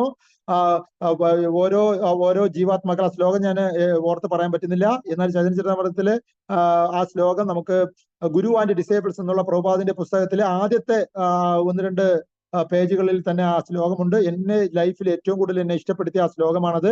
അതിന്റെ അർത്ഥം ഇതാണ്: ഭൗതിക ലോകത്തിൽ ജീവാത്മാക്കൾ ഉപരിലോകങ്ങളിലേക്കും അധമലോകങ്ങളിലേക്കും അവിടെ പൂർവജന്മ കർമ്മഫലങ്ങളുടെ പാപഫലം അനുഭവിക്കുവാൻ വേണ്ടി ഉയർത്തപ്പെടുകയും താഴ്ത്തപ്പെടുകയും ചെയ്യും. അങ്ങനെ ജനന മരണങ്ങളിൽപ്പെട്ട് കോടിക്കണക്കിന് ജന്മം ഉയരുന്ന ഈ ജീവാത്മാവിന് എപ്പോഴാണോ ഒരു ശരിയായ ആധ്യാത്മിക ഗുരുവിന്റെ ലവമാത്ര സാധുസംഘം, ചെറിയ ഒരു ദർശനമാത്ര, ചെറിയ ഒരു സത്സംഗം നേടാനുള്ള അവസരം കിട്ടുമ്പോൾ അപ്പോഴേ അദ്ദേഹത്തിന് കോടിക്കണക്കിന് ഉണ്ടായ ജനനമരണ ചക്രത്തിൽ നിന്നും പുറത്തു പോകുവാനുള്ള പാത തെളിയും എന്നാണ് അത് പറഞ്ഞിരിക്കുന്നത്. അതെനിക്ക് ശരിക്കും ഇഷ്ടപ്പെട്ട ഒരു ശ്ലോകമാണ്. അപ്പോ സത്സംഗത്തിൽ ഞാൻ പങ്കുകൊള്ളുവാനും വലിയ വലിയ ഋഷിവര്യന്മാരുടെ അസോസിയേഷൻ എടുക്കാനും അവരുടെ സത്സംഗത്തിൽ പങ്കെടുക്കാനുള്ള അവസരം പാഴാക്കാതിരിക്കാനും എന്നെ പ്രചോദനപ്പെടുത്തിയത് ഈ ശ്ലോകമാണ്. കാരണം ആ ശ്ലോകം ഒന്നുകൂടി പറയാം. പൂർവജന്മ കർമ്മഫലമനുസരിച്ച് ഓരോ ബദ്ധജീവാത്മാക്കളും ഉപരിലോകങ്ങളിലേക്കും അധമലോകങ്ങളിലേക്കും കോടാനുകോടി ജനന മരണ ചക്രങ്ങൾ കൊണ്ട് ഉയർത്തപ്പെടുകയോ താഴ്ത്തപ്പെടുകയോ ചെയ്യുന്ന സമയത്ത് എപ്പോഴെങ്കിലും ആ ജീവാത്മാവിന് ഒരു ശരിയായ ആധ്യാത്മിക ഗുരുവിന്റെ ലവമാത്ര ചെറിയ ഒരു സാധുസംഘം നേടാൻ അവസരം ഉണ്ടായാൽ അത് അപ്പൊ തന്നെ കോടിക്കണക്കിന് ജനന മരണങ്ങൾ കൊണ്ടുണ്ടാവുന്ന ഈ ജനന മരണ ചക്രത്തിൽ നിന്നും പുറത്തു പോകാനുള്ള വഴി അതിലൂടെ തുറക്കും എന്നാണ് ആ ശ്ലോകത്തിൽ എഴുതി. അപ്പൊ അത് വളരെ ഇമ്പോർട്ടന്റ് ആണ്. അങ്ങനെ ഉള്ള ഒരു സൗഭാഗ്യം നാരദ മഹർഷിക്ക് കിട്ടിയിരിക്കുകയാണ്. അതോടുകൂടി അദ്ദേഹത്തിന്റെ ജീവിതത്തിൽ വലിയ പരിവർത്തനം ഉണ്ടായി. എന്താണ് ആ പരിവർത്തനം? ഇനി ജനന മരണ ചക്രത്തിൽപ്പെട്ട് ഈ 14 ലോകങ്ങളിലെ ഉപരിലോകങ്ങളിലേക്കും അധമ ലോകങ്ങളിലേക്കും പാപപുണ്യ കർമ്മങ്ങൾ കൊണ്ട് ഉയർത്തപ്പെടുകയോ താഴ്ത്തപ്പെടുകയോ ചെയ്യേണ്ടതില്ല. പകരം കുണ്ടങ്ങളുള്ള ഈ 14 ലോകമടക്കമുള്ള ഈ ഭൗതിക ലോകത്തിൽ നിന്നും പുറത്തു കടന്ന് ശുദ്ധ ആധ്യാത്മിക ഗ്രഹമായ വൈകുണ്ഠത്തിലേക്കും അതിനുമുപരിയുള്ള ഗോലോക വൃന്ദാവന ധാമത്തിലേക്കും എന്നേക്കുമായി ജനനമരണം ഇല്ലാത്ത കുണ്ടങ്ങളില്ലാത്ത ലോകത്തിലേക്ക് ഉയർത്തപ്പെടുവാനുള്ള വഴി ആ സാധുസംഘത്തിലൂടെ തുറക്കപ്പെടും എന്നാണ് പറഞ്ഞിരിക്കുന്നത്. അപ്പൊ അങ്ങനെ ഉള്ള ഒരു ചേഞ്ച് എന്ന് പറയുന്നത് കോടാനുകോടി ജന്മങ്ങളിൽ നിന്നുമുള്ള ആക്ടിവിൽ നിന്നും വ്യത്യസ്തമായ ഒരു ഫലമാണ് ആ ഒരു സാധുസംഘത്തിലൂടെ നമുക്ക് വഴി തെളിഞ്ഞ് കിട്ടുന്നത്. അപ്പൊ അടുത്ത പോയിന്റ് ആയിട്ട് ആ പർപ്പട്ടില്ല ലൈനിൽ പറഞ്ഞിരിക്കുന്ന മറ്റൊരു വാക്ക്, although he was only a boy of 5 years. അങ്ങനെ നമ്മൾ നോക്കുമ്പോൾ ഇത് വലിയ ആൾക്കാർക്ക് മാത്രം ഉണ്ടാവുന്ന സൗഭാഗ്യമല്ല. 5 വയസ്സായ ബാലകൻ എന്താണ് ഈ ലോകത്ത് നിന്ന് മനസ്സിലാക്കാൻ പോകുന്നത്? വളരെ 5 വയസ്സേ ഉള്ളൂ എന്ന് നോക്കണ്ട. 5 വയസ്സായ ബാലകൻ ആയിരുന്നിട്ട് കൂടി നാരദ മഹർഷിയുടെ ലൈഫില് ഈ ഭക്തജനങ്ങളുടെ അസോസിയേഷൻ കൊണ്ട് പരിവർത്തനം ഉണ്ടായി എന്നാണ് പറയുന്നത്. ഈ 5 വയസ്സുള്ള ശരീരം എന്ന് പറയുന്നത് ഈ ജന്മത്തിലുള്ള ശരീരമാണ്. അതിനകത്തുള്ള സോള് പൂർവ്വജന്മത്തിൽ മുതുക്കനായി മരിച്ച സോളായിരിക്കും. ഈ ശരീരത്തിൽ ഇപ്പോൾ 5 വയസ്സായും 3 വയസ്സായും ഒന്നും നോക്കേണ്ട കാര്യമില്ല. അതിനകത്തുള്ള സോള് പരിവർത്തനത്തിലൂടെ കടന്നു വരുന്നു എന്നാണ് നമ്മൾ മനസ്സിലാക്കേണ്ടത്. അതുകൊണ്ട് നമ്മൾ ഈ ലോകത്തിൽ കാണുമ്പോൾ അറിയാം, ചില ആൾക്കാർക്ക് 40 വയസ്സുള്ള ശരീരം ഉണ്ടെങ്കിൽ 4 വയസ്സിന്റെ പക്വത കാണത്തില്ല. ചില ആൾക്കാർക്ക് 4 വയസ്സേ ഉള്ളൂ, എന്നാൽ 40 വയസ്സിന്റെ പക്വതയോടുകൂടി അവൾ നിൽക്കുന്നത് ഈ ജന്മത്തിലല്ല, പൂർവ്വജന്മത്തിൽ അവർ ആർജിച്ച ആധ്യാത്മിക ജ്ഞാനത്തിന്റെ ആധ്യാത്മികമായ ഉയർച്ചയുടെ പരിണത ഫലമായിട്ടാണ് ആ പക്വത നമുക്ക് അവരിൽ കാണാൻ കഴിയും. അപ്പൊ ഇവിടെ നാരദ മഹർഷിക്ക് 5 വയസ്സായിരുന്നിട്ട് കൂടി അദ്ദേഹത്തിന് ശരിയായ ആധ്യാത്മിക ഗുരുവിൽ നിന്നും അവർക്ക് അസോസിയേഷൻ അദ്ദേഹത്തിന് കിട്ടിയപ്പോൾ അദ്ദേഹത്തിന്റെ ലൈഫിൽ 5 വയസ്സായിരുന്നിട്ട് കൂടി പരിവർത്തനം ഉണ്ടായി എന്നാണ് നമുക്ക് മനസ്സിലാക്കുന്നത്. അങ്ങനെ 5 പോയിന്റ്സ് ആണ് ഈ ഭാവാർത്ഥത്തിലെ ആദ്യത്തെ ലൈനിൽ നിന്ന് നമ്മൾ സ്പ്ലിറ്റ് ചെയ്ത് മനസ്സിലാക്കേണ്ടിയിരിക്കുന്നത്. അപ്പോ ഇങ്ങനെ ഒരു ആധ്യാത്മിക ഗുരുവിൽ നിന്നും നമുക്ക് ശരിയായ അറിവ് കിട്ടുമ്പോൾ ഒരു ശിഷ്യന് 5 ക്വാളിറ്റീസ് ഉണ്ടായിരിക്കണം എന്നതിനെ കുറിച്ച് കപില മഹർഷിയുടെ ഉപദേശത്തിൽ പറയും. കപില മഹർഷി അദ്ദേഹത്തിന്റെ സ്വന്തം അമ്മയായ ദേവഹൂതിക്ക് കൊടുക്കുന്ന ഉപദേശമുണ്ട്. അപ്പൊ അതില് ഒരു ആധ്യാത്മിക ഗുരുവിൽ നിന്നും കുറച്ച് നമുക്ക് എന്തെങ്കിലും സൗഭാഗ്യങ്ങൾ കിട്ടണമെങ്കിൽ ഒരു ശിഷ്യന് ഉണ്ടാവേണ്ട കുറച്ച് ക്വാളിറ്റീസിനെ കുറിച്ച് ശ്രീമദ് ഭാഗവതം 3rd canto 22ാം അധ്യായം ശ്ലോകം ഞാൻ നോക്കാം. 22ാം അധ്യായത്തിലാണ്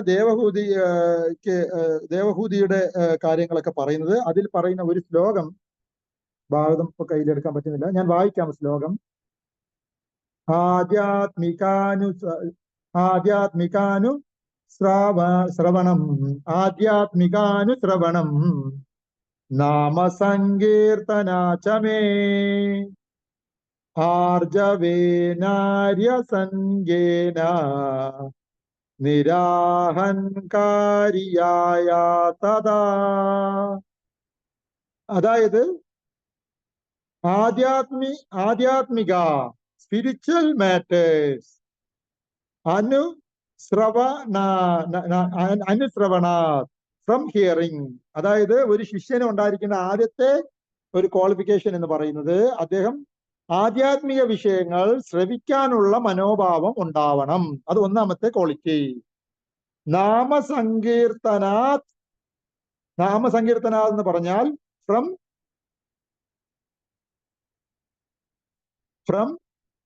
ചാൻഡിങ് ദ ഹോളി നെയിം. രണ്ടാമത്തെ ക്വാളിറ്റി, അദ്ദേഹത്തിന് ഭഗവാൻ ഹരിയുടെ തിരുനാമം ജപിക്കാനുള്ള മനസ്ഥിതി ഉണ്ടാവണം. അദ്ദേഹം തിരുനാമം ജപിക്കണം. ആൻഡ് അത് മാത്രമല്ല, മൈ ആർജവേന with the straightforward behaviour. ശരിയായ സ്ട്രൈറ്റ് ഫോർവേഡ്നെസ്. സ്ട്രൈറ്റ് ഫോർവേഡ് എന്ന് പറയുമ്പോൾ അതിന്റെ അർത്ഥം എന്താ മലയാളത്തില്? സ്ട്രൈറ്റ് ഫോർവേഡ് എന്ന് പറയുമ്പോൾ സത്യസന്ധമായ, സ്ട്രൈറ്റ് ഫോർവേഡ്, സ്ട്രൈറ്റ് ആയിരിക്കണം. ആ ഒരു സ്വഭാവം നമുക്കുണ്ടായിരിക്കണം. പിന്നെയോ ആര്യ സങ്കേന എന്ന് പറയുമ്പോൾ with the association of saintly persons. വീണ്ടും വീണ്ടും ശരിയായ ആധ്യാത്മിക ഭക്തന്മാരുടെ സംഘം നേടാനുള്ള ഒരു മനോഭാവം ഉണ്ടാവണം. വീണ്ടും വീണ്ടും ഭക്തന്മാരുടെ സംഘം എടുത്തുകൊണ്ടേയിരിക്കണം. അതോടുകൂടി നമുക്ക് എന്തുണ്ടാവും? അതോടുകൂടി നമുക്കുണ്ടാവുന്നത്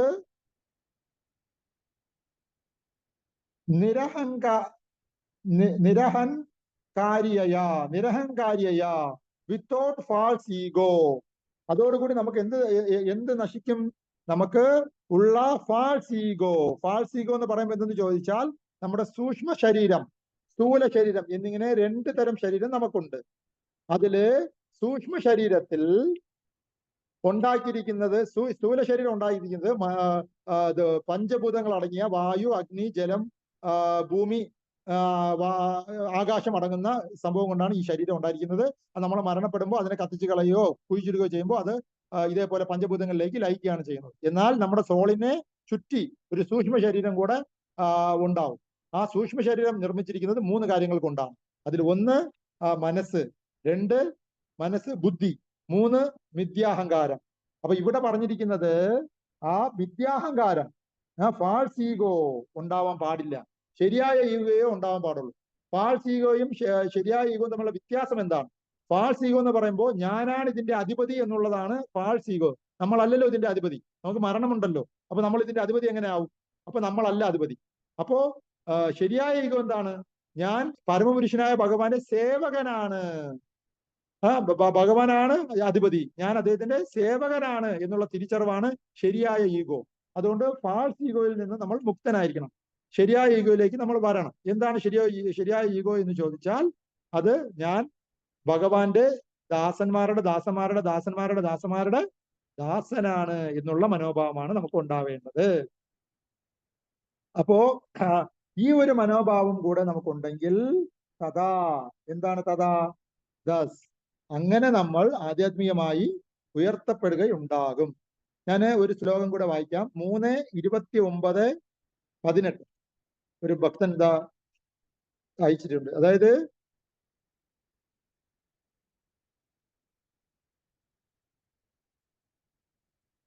ഇത് ആരാണ് എനിക്ക് അയച്ചെന്നറിയില്ല. അത് അയച്ചത് 3:29-18 സെയിം ശ്ലോക ഓൺലി എന്ന് പറഞ്ഞ് അയച്ചിട്ടുണ്ട്. ആരാണിത് അയച്ചത്? ഹരേ കൃഷ്ണ പ്രഭു, ഇത് ആരാണ് പ്രഭു? ഞാൻ ലക്ഷ്മി രാധാദേവി ദത്ത്. ഞാൻ ആ ശ്ലോകം ഡേറ്റാബേസിൽ നോക്കിയപ്പോ നമ്പർ ഇങ്ങനെ കണ്ടു, അതുകൊണ്ട് അയച്ചതാ പ്രഭു. കൊള്ളാം മാജി, നന്നായി. അതെന്തായാലും മാജി പറഞ്ഞ ആ ശ്ലോകം ഭക്തന്മാരുടെ ശ്രദ്ധയിൽ പെടുത്താൻ ഞാൻ. ശ്രീമദ് ഭാഗവതത്തിലെ 3:29-18 അല്ലേ മാജി? സെയിം ശ്ലോക പ്രഭു, സെയിം ശ്ലോകമാണ്. Okay, very good. അപ്പൊ 3:29-18 ആ ശ്ലോകം ഇതാണ്. ആധ്യാത്മികാനുശ്രവണ നാമസങ്കീർത്തനാചമേ ആർജവേ നാര്യ സംഗേന നിരാഹം ക്രിയായ തഥാ. ഓക്കെ. ഞാനിപ്പോ സംസാരിച്ചു കൊണ്ടിരിക്കുന്ന ശ്ലോകമാണ് മാതാജി. ആ ശ്ലോക നമ്പർ എനിക്ക് അറിഞ്ഞൂടാ. മാതാജി അത് എടുത്തു തന്നു അല്ലേ മാതാജി? അതെ പ്രഭു. ഓക്കെ, നന്ദി മാതാജി, വളരെ നന്ദി. അപ്പൊ അതിന്റെ വിവർത്തനം ഞാൻ മലയാളത്തിൽ വായിക്കാം. ഒരു ഭക്തൻ എല്ലായ്പ്പോഴും ആധ്യാത്മിക കാര്യങ്ങൾ ശ്രവിക്കുവാൻ ശ്രമിക്കുകയും മുഴുവൻ സമയവും ഭഗവാന്റെ വിശുദ്ധനാമം ജപിക്കുവാൻ വിനിയോഗിക്കുകയും ചെയ്യണം. അവന്റെ പെരുമാറ്റം എല്ലായ്പ്പോഴും ലളിതവും നേരായതുമായിരിക്കണം.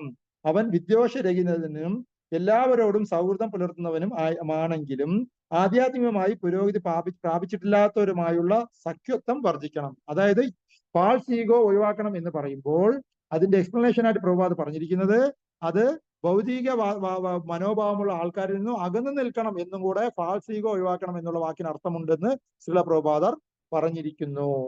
അപ്പൊ ഇതാണ് ഒരു ശിഷ്യനുണ്ടാവേണ്ട ക്വാളിറ്റീസ്. അദ്ദേഹം ആധ്യാത്മിക ഗുരുവിൽ നിന്നും വീണ്ടും വീണ്ടും കേൾക്കാനുള്ള മനസ്ഥിതി ഉണ്ടാക്കണം. ഭക്തന്മാരുമായിട്ട് കൂടുതൽ നേരം സത്സംഗത്തിലേക്ക് പങ്കെടുക്കാനുള്ള മനസ്ഥിതി ഉണ്ടാവണം. ഹരേ കൃഷ്ണ മഹാമന്ത്ര ജപം അനുഷ്ഠിക്കുന്നവനായിരിക്കണം. അതേപോലെ തന്നെ ഫാൾസ് ഈഗോയിൽ നിന്ന് വിമുക്തമായിരിക്കണം. ഭക്തന്മാരുമായിട്ട് സംഘം ചെയ്യുന്നതിന്റെ കൂടെ അഭക്തന്മാരിൽ നിന്നും അകന്നു നിൽക്കുകയും കൂടെ വേണം എന്നുള്ളതാണ് എന്ന് കർദവ മഹർഷി കപില മഹർഷി ഭക്തിയുക്ത സേവനം കപില ഭഗവാന്റെ വിശദീകരണം എന്നുള്ള അധ്യായത്തിൽ 3:29-18 ഈ മനോഹരമായ ഒരു ശ്ലോകം ഒരു ശിഷ്യന്റെ യോഗ്യത എന്താണ് എന്നതിനെ കുറിച്ച് ചൂണ്ടിക്കാണിക്കുവാൻ വേണ്ടി പറഞ്ഞിരിക്കുന്നു. അതിന്റെ തൊട്ടടുത്ത 2 ശ്ലോകങ്ങൾ 19-20 നമ്മളിപ്പോ ചർച്ച ചെയ്ത് 3:29-18 എന്നാൽ അതിന്റെ തൊട്ടടുത്ത 2 ശ്ലോകങ്ങൾ 19ഉം 20ഉം എന്നുള്ള 2 ശ്ലോകങ്ങൾ കുറച്ചുകൂടി ഇതിനെ ഡീറ്റെയിൽ ആയിട്ട് എക്സ്പ്ലെയിൻ ചെയ്തിരിക്കുന്നു.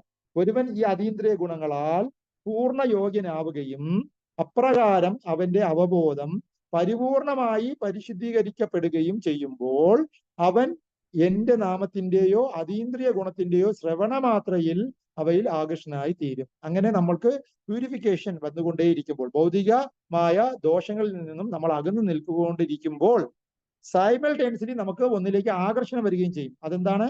അത് ഭഗവാന്റെ നാമത്തിലും അതീന്ദ്രിയ ഗുണത്തിലും കൂടുതൽ അറ്റാച്ച്മെന്റ് നമുക്ക് വരും. അപ്പൊ പ്രഭുപാദ് പറഞ്ഞിരിക്കുന്നു ഒരു ഭക്തനുമായിട്ട് സംഘം ചെയ്താൽ നമുക്കൊരു പരിവർത്തനം വരിക തന്നെ ചെയ്യും. ആ പരിവർത്തനം എങ്ങനെയെന്ന് ചോദിച്ചാൽ 3 കാര്യങ്ങളാണ് പൊതുവെ സംഭവിക്കുന്നത്. അത് ഒന്ന്, നമുക്ക് ഭൗതികമായ ലോകത്തിന്റെ കാര്യങ്ങളിൽ നിന്നും അറ്റാച്ച്മെന്റ് കുറയും. ഒരു ചെറിയൊരു വൈരാഗ്യം നമ്മളിലേക്ക് സംജാതമാകും. ഒരു ഭക്തനായിട്ട് അസോസിയേറ്റ് ചെയ്താൽ ഉണ്ടാവുന്ന ആദ്യത്തെ സ്റ്റെപ്പ് അതാണ്. 2, ആധ്യാത്മിക കാര്യങ്ങളിലേക്ക് ഒരു ശ്രദ്ധ ഉണ്ടാവും, രണ്ടാമത്തെ പരിപാടി. 3, ഇനിയും ആധ്യാത്മിക കാര്യങ്ങൾ കേൾക്കണം, മനസ്സിലാക്കണം എന്നുള്ള ഒരു വാഞ്ച, ഒരു ഉള്ളിലൊരു ജിജ്ഞാസ സംജാതമാകും. അപ്പൊ ഒരു ഭക്തനായിട്ട് നമ്മൾ അസോസിയേറ്റ് ചെയ്ത് അയാൾ ഒരു ഭക്തനാണോ ഇല്ലയോ നമുക്ക് തിരിച്ചറിയാൻ കഴിയണമെങ്കിൽ നമുക്ക് ഈ 3 പരിവർത്തനം ഉണ്ടോ എന്ന് നമുക്ക് ക്രോസ് ചെക്ക് ചെയ്യാവുന്നതാണ്. 1, ഭൗതിക കാര്യങ്ങളിലേക്ക് അല്പശ്രദ്ധ കുറയും. 2, ആധ്യാത്മിക കാര്യങ്ങളിലേക്ക് ശ്രദ്ധ വരും. 3, ഇനിയും അറിയണമെന്നുള്ള ഒരു ജിജ്ഞാസ ആ ഒരു ഭക്തനായിട്ട് അസോസിയേറ്റ് ചെയ്ത് പിരിയുമ്പോൾ നമ്മളിലേക്ക് സൃഷ്ടിക്കപ്പെടും. അപ്പൊ ഈ 3 കാര്യങ്ങളാണ് ഒരു ഭക്തനിൽ നിന്ന് നമുക്ക് കിട്ടുന്ന പരിവർത്തനം, മാനിഫെസ്റ്റേഷന്റെ സ്റ്റെപ്പുകൾ. അപ്പൊ അങ്ങനെ നോക്കുമ്പോൾ 3:29-19 പറഞ്ഞിരിക്കുന്നു, ഒരുവൻ ഈ അതീന്ദ്രിയ ഗുണങ്ങളാൽ പൂർണ്ണ യോഗ്യനാവുകയും അപ്രകാരം അവന്റെ അവബോധം പരിപൂർണമായി പരിശുദ്ധീകരിക്കപ്പെടുകയും ചെയ്യുമ്പോൾ അവൻ എന്റെ നാമത്തിന്റെയോ അതീന്ദ്രിയ ഗുണത്തിന്റെയോ ശ്രവണമാത്രയിൽ അവയിൽ ആകർഷിക്കപ്പെടും. അപ്പൊ ഇത് എവിടെയൊക്കെ ആരൊക്കെ എന്തൊക്കെ പറയോ ഭഗവാനെ കുറിച്ച് അപ്പൊ എല്ലാം അതിൽ ഒരു ശ്രദ്ധ, അതിനെക്കുറിച്ച് കൂടുതൽ കേൾക്കാനുള്ള ഒരു ടെൻഡൻസി അദ്ദേഹത്തിന് സംജാതമാകും. അത് 19 ശ്ലോകത്തിൽ പറയുന്നു. തൊട്ടടുത്ത ശ്ലോകത്തിൽ പറയുന്നത് അതായത് വായുവിന്റെ രഥത്തിലേറി സ്വന്തം പ്രഭാവത്തിൽ വരുന്ന സൗരഭ്യം ഘ്രാണേന്ദ്രിയത്തെ പെട്ടെന്ന് പിടികൂടുന്നത് പോലെ കൃഷ്ണാവബോധത്തിൽ നിരന്തരം ഭക്തിയുത സേവനത്തിൽ മുഴുകുന്ന ഭക്തന് എല്ലായിടത്തും തുല്യനിലയിൽ സന്നിഹിതമായിട്ടുള്ള പരമാത്മാവിനെ പിടികൂടാൻ കഴിയും. അങ്ങനെ അതിന്റെ അടുത്ത സ്റ്റെപ്പായിട്ട് വായുവിന്റെ രഥത്തിലേറി സ്വന്തം പ്രഭാവത്തിൽ നിന്ന് വരുന്ന സൗരഭ്യം പ്രാണേന്ദ്രിയത്തെ പെട്ടെന്ന് പിടികൂടുന്നത് പോലെ, വായുവിലൂടെ സൗരഭ്യം വന്ന് മൂക്കിനെ പിടികൂടുന്നത് പോലെ കൃഷ്ണാവബോധത്തിൽ നിരന്തരം ഭക്തിയുക്ത സേവനത്തിൽ മുഴുകുന്ന ഭക്തന് വീണ്ടും ഭക്തിയുക്ത ഭഗവത് സേവനത്തിൽ ഭഗവാനെ സംബന്ധിക്കുന്ന വിഷയങ്ങളിൽ പ്രവർത്തനത്തിൽ ഏർപ്പെട്ടിരിക്കുന്ന ഒരു ഭക്തന് സ്വാഭാവികമായിട്ടും എന്ത് സംഭവിക്കും? എല്ലായിടത്തും തുല്യനിലയിൽ സന്നിഹിതമായിട്ടുള്ള പരമാത്മാവിനെ പിടികൂടാൻ കഴിയും. അങ്ങനെ ആ ഒരു ഭക്തന് തീർച്ചയായിട്ടും എല്ലായിടത്തുമുള്ള പരമാത്മാവിനെ പിടികൂടാൻ കഴിയും. അത് അടുത്ത ലെവലാണ്. സ്വാഭാവികമായിട്ടും അത് അടുത്ത സ്റ്റെപ്പായിട്ട് നാച്ചുറൽ ആയിട്ട് അത് സംഭവിച്ചോളും, ഭഗവാനെ നമുക്ക് കിട്ടിക്കോളും എന്നാണ് പറയുന്നത്. അപ്പൊ ഇത് തൊട്ടടുത്ത ശ്ലോകത്തിലും കൂടെ നമ്മുടെ കപില ഭഗവാൻ ദേവഹൂതി മാതയ്ക്ക് കൊടുക്കുന്ന ഉപദേശമാണ്. അപ്പോ ഭക്തിയുക്ത ഭഗവത് സേവനത്തിന്റെ ബീജം ഒരു ശുദ്ധ ഭക്തന്റെ അസോസിയേഷനോടുകൂടി നമ്മുടെ ലൈഫിൽ ഇംപ്രഗ്നേറ്റ് ആയി കഴിഞ്ഞാൽ, നമ്മുടെ ആ ഭ്രൂണം നമ്മുടെ ശരീരത്തിൽ വന്നു കഴിഞ്ഞാൽ അത് സ്വാഭാവികമായിട്ടും വികാസം പ്രാപിക്കും, അത് വളരുക തന്നെ ചെയ്യും എന്നതിന്റെ തെളിവായിട്ടാണ് ഈ കർദമ മഹർഷി കൊടുത്തിരിക്കുന്ന ഈ ഉപദേശത്തിൽ നിന്നും നമുക്ക് മനസ്സിലാക്കാനുള്ളത്. അപ്പോ നമ്മുടെ ലൈഫിൽ ഉറപ്പായിട്ട് പരിവർത്തനം ഉണ്ടാകുക തന്നെ ചെയ്യും എന്നാണ്. അപ്പോ ഞാൻ ഏറ്റവും കൂടുതൽ ഒരു സന്തോഷമായ ഒരു റിയലൈസേഷൻ ഈയിടയ്ക്ക് ഒരു ഭക്തസംഘത്തിലൂടെ നമുക്ക് കിട്ടി. അത് ഞാൻ ഭക്തന്മാരായിട്ട് ഈ അവസരത്തിൽ ഷെയർ ചെയ്യാൻ ആഗ്രഹിക്കുന്നു. അതായത് ഹിസ് ഹോളിനസ് സംഘർഷൻ ദാസ് അധികാരി മഹാരാജ് അദ്ദേഹത്തിന്റെ കൃപ കൊണ്ട് തിരുവനന്തപുരത്തിൽ ഒരു വിസിറ്റ് നടത്തുകയുണ്ടായി റീസെന്റ്. അപ്പൊ അദ്ദേഹത്തിന്റെ ഈ ഏറ്റവും അട്രാക്റ്റീവ് ആയിട്ടുള്ള ഒരു സെഷൻ എന്ന് പറയുന്നത് ക്വസ്റ്റ്യൻ ആൻഡ് ആൻസർ സെഷനാണ്. മഹാരാജ് അതില് ഹോൾ വേൾഡ് ഫേമസ് ആണ്. ക്വസ്റ്റ്യൻ ആൻഡ് ആൻസർ സെഷൻ സംഘർഷ മഹാരാജിൻ്റെത് വളരെ നന്നായിരിക്കും. അപ്പൊ അങ്ങനെ ഗുരു മഹാരാജ് ചോദ്യങ്ങൾ ചോദിക്കാനുള്ള അവസരം അദ്ദേഹത്തിന്റെ കൃപ കൊണ്ട് ഭക്തജനങ്ങൾക്ക് നൽകിയപ്പോൾ തിരുവനന്തപുരത്തിലെ ബ്രഹ്മചാരി പ്രഭു ആയ ഹിസ് ഗ്രേസ് സുശാന്ത് രാമദാസ് പ്രഭു ഒരു ചോദ്യം ചോദിച്ചു. അദ്ദേഹം ചോദിച്ച ചോദ്യം ഇതാണ്: ഗുരുദേവ, സാധാരണ ഞാൻ മനസ്സിലാക്കിയിട്ടുള്ളത് ചൈതന്യ ചരിതാമൃതത്തിൽ കാണപ്പെടുന്ന ഒരു വ്യക്തിത്വമായ ശ്രീല ഹരിദാസ് ടാഗോർജിയെ കുറിച്ച് ലോകം മുഴുവനും നല്ല ഗ്ലോറീസ് ആണ് കേൾക്കുന്നത്, നല്ലൊരു ഭക്തനാണ് എന്നുള്ള രീതിയിൽ ഹരിദാസ് ടാഗോർ, നാമാചാര്യ ഹരിദാസ് ടാഗോർ എന്ന് പറഞ്ഞ് നമുക്ക് കേൾക്കാൻ കഴിയുന്നുണ്ട്. എന്നാൽ അദ്ദേഹം ശരിക്കും പൂർവ്വജന്മത്തിൽ ബ്രഹ്മദേവനാണ് ചൈതന്യ ലീലയിൽ ഹരിദാസ് ടാഗോർ ആയിട്ട് വരുന്നതായിട്ട് ഞാൻ മനസ്സിലാക്കിയിട്ടുള്ളത്. അങ്ങനെ ഉള്ള ബ്രഹ്മദേവനെ കുറിച്ച് ഹരിദാസ് ടാഗോറിനെ പോലെ ഗ്ലോറിഫിക്കേഷൻ കേട്ടതായിട്ട് കാണപ്പെടുന്നില്ല. ബ്രഹ്മദേവനെക്കാളും നല്ലൊരു ഭക്തൻ എന്നുള്ള രീതിയിൽ ഹരിദാസ് ടാഗോറിനെ കുറിച്ച് മാത്രമേ കേൾക്കാൻ കഴിഞ്ഞിട്ടുള്ളൂ. എന്തുകൊണ്ട് ഹരിദാസ് ടാഗോറിന് ഉള്ള ഗ്ലോറി പുകഴ്ത്തലുകൾ ബ്രഹ്മദേവന് കിട്ടാതെ പോയി? എന്നാ ബ്രഹ്മദേവൻ തന്നെയല്ലേ ഹരിദാസ് ടാഗോർ എന്നൊരു ചോദ്യം ചോദിച്ചു. നല്ല ഒരു ഇന്റലക്ച്വൽ ക്വസ്റ്റ്യനും ആണത്. ശരിക്കും അത് ഞാനും വളരെ ജിജ്ഞാസയോട് കൂടി മഹാരാജ് എന്ത് പറയുന്നു എന്ന് കേട്ടുകൊണ്ടേയിരിക്കും. മഹാരാജ് പറഞ്ഞത് നമ്മുടെ അങ്ങനെ ഒരു ചോദ്യം ചോദിച്ചു. രണ്ടാമത്തെ ചോദ്യം ഇതാണ്: ബ്രഹ്മദേവൻ പോലും വീണുപോയി, മായയിൽ വീണുപോയി, എന്നാൽ ഹരിദാസ് ടാഗോർ വീണുപോയിട്ടില്ല. എന്നാൽ ബ്രഹ്മദേവൻ തന്നെയാണ് ഹരിദാസ് ടാഗോർ. അപ്പൊ ബ്രഹ്മദേവൻ വീണു പോവുകയും ഹരിദാസ് ടാഗോർ വീണു പോവാതിരിക്കുകയും ചെയ്യാനുള്ള കാരണം എന്ത് എന്നും കൂടെ ഒരു ക്വസ്റ്റ്യൻ ചോദിച്ചു. മായാദേവി നേരിട്ട് വന്നിട്ട് കൂടി ഹരിദാസ് ടാഗോറിനെ വീഴ്ത്താൻ പറ്റിയില്ല. ഹരിദാസ് ടാഗോർ അത് അതിജീവിക്കുകയാണ് ചെയ്തത്. എന്നാൽ ബ്രഹ്മദേവൻ സ്വന്തം മകളായ സരസ്വതി ദേവിയുടെ പുറകെ വീണു. എന്തുകൊണ്ട് അങ്ങനെ സംഭവിച്ചു എന്ന് ചോദിച്ചു. അപ്പോ ഗുരു മഹാരാജ് പറഞ്ഞ ആൻസർ നമുക്ക് വളരെ വളരെ കണ്ണു തുറപ്പിക്കുന്ന ഒരു ആൻസറാണ് മഹാരാജ് തന്നത്. അത് എന്തെന്ന് വെച്ചാല്, ബ്രഹ്മദേവന് എൻലൈറ്റ്മെന്റ് കിട്ടുന്നതിന് മുമ്പുള്ള ലൈഫും എൻലൈറ്റ്മെന്റ് കിട്ടിയതിന് ശേഷമുള്ള ലൈഫും എന്നിങ്ങനെ 2 തരം ലൈഫ് ബ്രഹ്മദേവനുണ്ട്. ബ്രഹ്മദേവൻ തപ എന്നുള്ള രീതിയിൽ തപസ് അനുഷ്ഠിച്ചതിന് ശേഷം അദ്ദേഹത്തിന് എൻലൈറ്റ്മെന്റ് കിട്ടി. കൃഷ്ണനിൽ നിന്ന് നേരിട്ട് എൻലൈറ്റ്മെന്റ് കിട്ടി. ആ എൻലൈറ്റ്മെന്റ് കിട്ടിയതിന് ശേഷം അദ്ദേഹം വളരെ പെർഫെക്റ്റ് ആയിരുന്നു. അതിനു മുമ്പ് അദ്ദേഹത്തിന് ആ പെർഫെക്ഷൻ കിട്ടിയില്ല. അത് അദ്ദേഹത്തിന്റെ ഗുരുവിൽ നിന്ന് കിട്ടിയ അസോസിയേഷന് മുമ്പുള്ള ലൈഫും അദ്ദേഹത്തിന്റെ ഗുരുവിന് അസോസിയേഷൻ കിട്ടിയതിനു ശേഷമുള്ള ലൈഫ് എന്നിങ്ങനെ 2ആയി തരംതിരിക്കാം. അത് ഇവിടെ നമുക്ക് അർത്ഥവത്തായ ഒരു ആൻസറാണ്. ഒരു ഗുരുനാഥനിൽ നിന്ന് നമുക്ക് അസോസിയേഷൻ കിട്ടുന്നതിന് മുമ്പുള്ള നമ്മുടെ ലൈഫ് വേറെ ലെവലായിരിക്കും. അതിനുശേഷം തീർച്ചയായിട്ടും നമ്മുടെ ലൈഫിൽ പരിവർത്തനം വരിക തന്നെ ചെയ്യുമെന്ന് ബ്രഹ്മദേവന്റെ ഈ ലീലയിലൂടെ നമുക്ക് മനസ്സിലാക്കാം. അങ്ങനെ ബ്രഹ്മദേവൻ വീണുപോയ സമയം എന്ന് പറയുന്നത് ഗുരുവിനെ മീറ്റ് ചെയ്യുന്നതിന് മുമ്പുള്ള സമയത്താണ് ബ്രഹ്മദേവൻ വീണത്. ഗുരുവിൽ നിന്നും എൻലൈറ്റ്മെന്റ് കിട്ടിയതിനു ശേഷം ബ്രഹ്മദേവൻ അടുത്ത ലെവലിലേക്ക് പോവുകയാണ് ചെയ്തത്. അതുകൊണ്ട് പരിവർത്തനം എന്നുള്ളത് ഒരു ഗുരുനാഥന്റെ ശരിയായ ആധ്യാത്മിക ഗുരുവിൽ നിന്നും നമുക്ക് കിട്ടിയതിനു ശേഷം ഉയർച്ച തന്നെ ഉണ്ടാകും എന്ന് ഗുരുദേവൻ ആൻസർ പറഞ്ഞു. അങ്ങനെ എൻലൈറ്റ്മെന്റ് കിട്ടിയതിനു ശേഷം ബ്രഹ്മദേവന്റെ അവതാരമാണ് ഹരിദാസ് ടാഗോർ. അതുകൊണ്ടാണ് ഹരിദാസ് ടാഗോർ മായ വന്നിട്ട് കൂടി പിടിച്ചു നിൽക്കാൻ കഴിഞ്ഞത്. അദ്ദേഹത്തിന് ആ മനക്കെട്ടി വന്നത് ഗുരുവിൽ നിന്നും കിട്ടിയ ആ അസോസിയേഷൻ കൊണ്ടുണ്ടായ മാനിഫെസ്റ്റേഷന്റെ ഭാഗമായിട്ട് കിട്ടിയതാണ് എന്ന് ഗുരു മഹാരാജ് നല്ല രീതിയിൽ ആൻസർ പറഞ്ഞു. അത് ശരിക്കും നമുക്ക് ഈ അവസരത്തിൽ ഇന്നത്തെ ശ്ലോകമായിട്ട് ബന്ധപ്പെട്ട് ചർച്ച ചെയ്യപ്പെടേണ്ടതായിട്ട് കണക്ട് ചെയ്ത് വരുന്ന ഒരു ഇൻസിഡന്റ് ആയിട്ട് തോന്നിയത് കൊണ്ടാണ് ഞാൻ ഈ ഭക്തജനങ്ങളടുത്ത ആ ഇൻസിഡന്റ് അവതരിപ്പിച്ചത്. ഹരേ കൃഷ്ണ. അപ്പോ ഇതാണ് പരിവർത്തനം ഉണ്ടാകുമ്പോൾ നമുക്ക് നമ്മുടെ മൊത്തം ആറ്റിറ്റ്യൂഡും ലൈഫും സ്വഭാവവും നമ്മുടെ ചിന്താഗതിയും നമ്മുടെ ലൈഫ് സ്റ്റൈലും നമ്മുടെ ഭക്ഷണക്രമങ്ങളും നമ്മുടെ ആറ്റിറ്റ്യൂഡും മൊത്തം മാറിപ്പോകും. ഒരു സംശയം വേണം. ഈവൻ ഭൗതിക ലോകത്തിൽ കൂടി നമ്മുടെ ലൈഫിൽ ഒരു എക്സാൾട്ടഡ് പേഴ്സണാലിറ്റിയെ കാണുമ്പോൾ നമ്മുടെ ലൈഫ് മാറും. എന്നാൽ ആധ്യാത്മിക ലോകത്തിലുള്ള ഒരു വ്യക്തിയെ ഭൗതിക ലോകത്തിൽ നമ്മൾ നേരിട്ട് കാണുമ്പോൾ നമുക്ക് പിന്നെ മാറ്റം വരില്ലേ? അവർ ഈ ഭൗതിക ലോകത്തിലെ ഉള്ളത് ആളല്ല എന്ന് ഭക്തി സിദ്ധാന്ത സരസ്വതി ഗോസ്വാമി ഠാക്കൂർ പറഞ്ഞിട്ടുണ്ട്. അപ്പൊ ആധ്യാത്മിക ലോകത്ത് നിന്ന് വരുന്ന ആൾക്കാരെ കാണുമ്പോൾ ബദ്ധാത്മാവിനെ മാറ്റം ഉണ്ടാവുക തന്നെ ചെയ്യും. മുക്താത്മാവിനെ കാണുമ്പോൾ മാറ്റം ഉണ്ടാവുക തന്നെ ചെയ്യും. ഈവൻ ഭൗതിക ലോകത്തിൽ നമ്മൾ നോക്കുമ്പോൾ ഇന്ത്യയുടെ സ്വാതന്ത്ര്യ സമരം കൊടുമ്പിരി കൊള്ളുകയാണ്. അവിടെ മഹാത്മാഗാന്ധി ആകുന്ന ഒരു യോഗി തുല്യനായ ഒരു വ്യക്തി ബ്രിട്ടീഷുകാരന്മാരുടെ ഒരു കേസ്, കള്ളക്കേസിൽ കുടുക്കി അദ്ദേഹത്തിനെ ഒരു കോടതിയിൽ കൊണ്ടുവന്ന് വിസ്താരം നടന്നുകൊണ്ടിരിക്കുകയാണ്. ഈ അവസരത്തിലാണ് ആദ്യമായി വിദേശത്ത് പഠനം കഴിഞ്ഞ് ഇന്ത്യയുടെ ആദ്യത്തെ പ്രൈം മിനിസ്റ്റർ ജവഹർലാൽ നെഹ്റു ഇന്ത്യയിൽ വന്നു ചേരുന്നത്. അപ്പൊ അദ്ദേഹം കേട്ടിട്ടുണ്ട് ഒരുപാട് ബാബുജിയെ കുറിച്ച്. അപ്പോ ഒന്ന് കാണണമെന്നുള്ള ആഗ്രഹമുണ്ടായി. അപ്പോഴാണ് അറിഞ്ഞത് തൊട്ടടുത്ത ഒരു കോടതിയിൽ ബാബുജിയെ വിസ്തരിക്കാൻ കൊണ്ടുവരുന്നു എന്നറിഞ്ഞു. അപ്പോൾ അദ്ദേഹം ഓടിക്കൊണ്ട് വന്ന് ആ വിസ്താരം കേൾക്കാൻ ആ കോടതി മുറിയിൽ ആഗതനായി. എന്നിട്ട് നെഹ്റു, ചെറുപ്പക്കാരനായ നെഹ്റു ഗാന്ധിജിയെ കാണുകയാണ് ചെയ്തത്.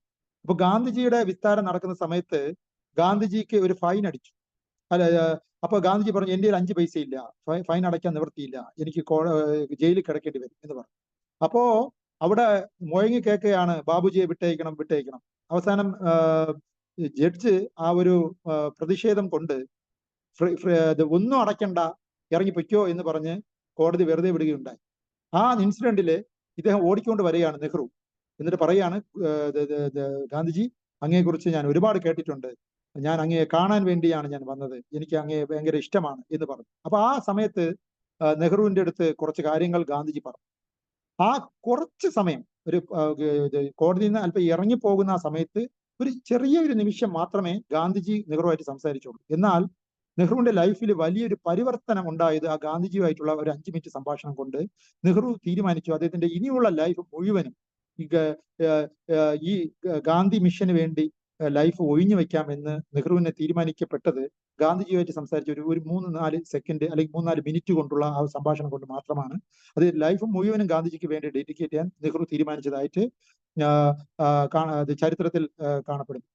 അപ്പോ ഒരു യോഗി ആയ ഒരു വ്യക്തിയെ, ഒരു ഭൗതികമായ ഒരു വ്യക്തിയെ ആണെങ്കിൽ കൂടിയും ശരിയായ ഒരു പേഴ്സണാലിറ്റിയെ നമ്മുടെ ലൈഫിൽ നമ്മൾ കുറച്ച് സമയം കണ്ടാൽ നമ്മുടെ ലൈഫിൽ വലിയൊരു പരിവർത്തനം ഉണ്ടാക്കാൻ കഴിയുമെന്നുള്ള ഈ ലോകത്തിൽ ഭൗതികമായ ഒരു വ്യക്തി ആധ്യാത്മിക ലോകത്തിൽ നിന്നും വന്ന ശരിയായ ഒരു ആധ്യാത്മിക ഗുരുവിനെ കണ്ടാൽ തീർച്ചയായിട്ടും ഒരു പരിവർത്തനം ഉണ്ടാവുകാതെ ഇരിക്കുമോ?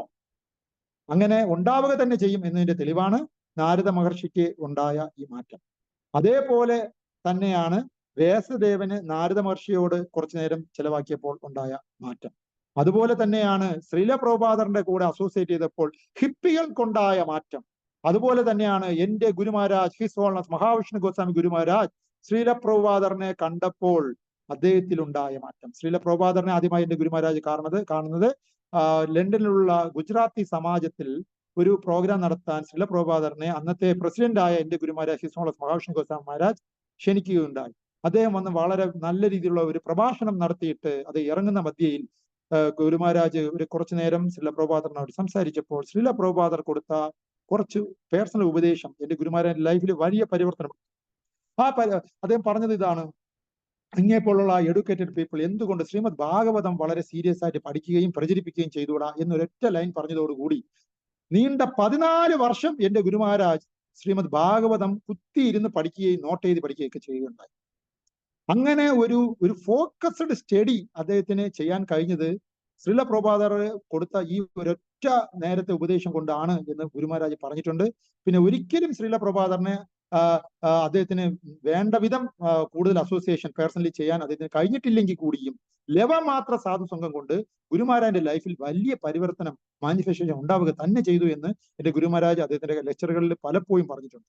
ഇതേപോലെ ശ്രീല പ്രഭുപാദറിനും സംഭവിച്ചിട്ടുണ്ട്. അദ്ദേഹത്തിന്റെ ഗുരുനാഥനായ ഭക്തി സിദ്ധാന്ത സരസ്വതി ഗോസ്വാമി ഠാകൂർ മഹാരാജ് ശ്രീല പ്രഭുപാദർ താമസിക്കുന്ന ആ ഡിസ്ട്രിക്റ്റിൽ വരുന്നുണ്ട് എന്ന് അദ്ദേഹത്തിന്റെ ഫ്രണ്ടിന്റെ മുഖേന അറിഞ്ഞപ്പോൾ അദ്ദേഹത്തിന്റെ മനസ്സിൽ സാധാരണ അദ്ദേഹം കണ്ടിട്ടുള്ള ശരിയായ ആധ്യാത്മിക ഗുരു അല്ലാത്ത പോലത്തെ ഒരു സ്വാമിമാര് വെറുതെ വന്നിട്ട് പോകുന്ന ഒരു സ്വാമിയായിട്ടാണ് ആദ്യം പ്രഭുപാദ് അത് മനസ്സിലാക്കിയിരുന്നത്.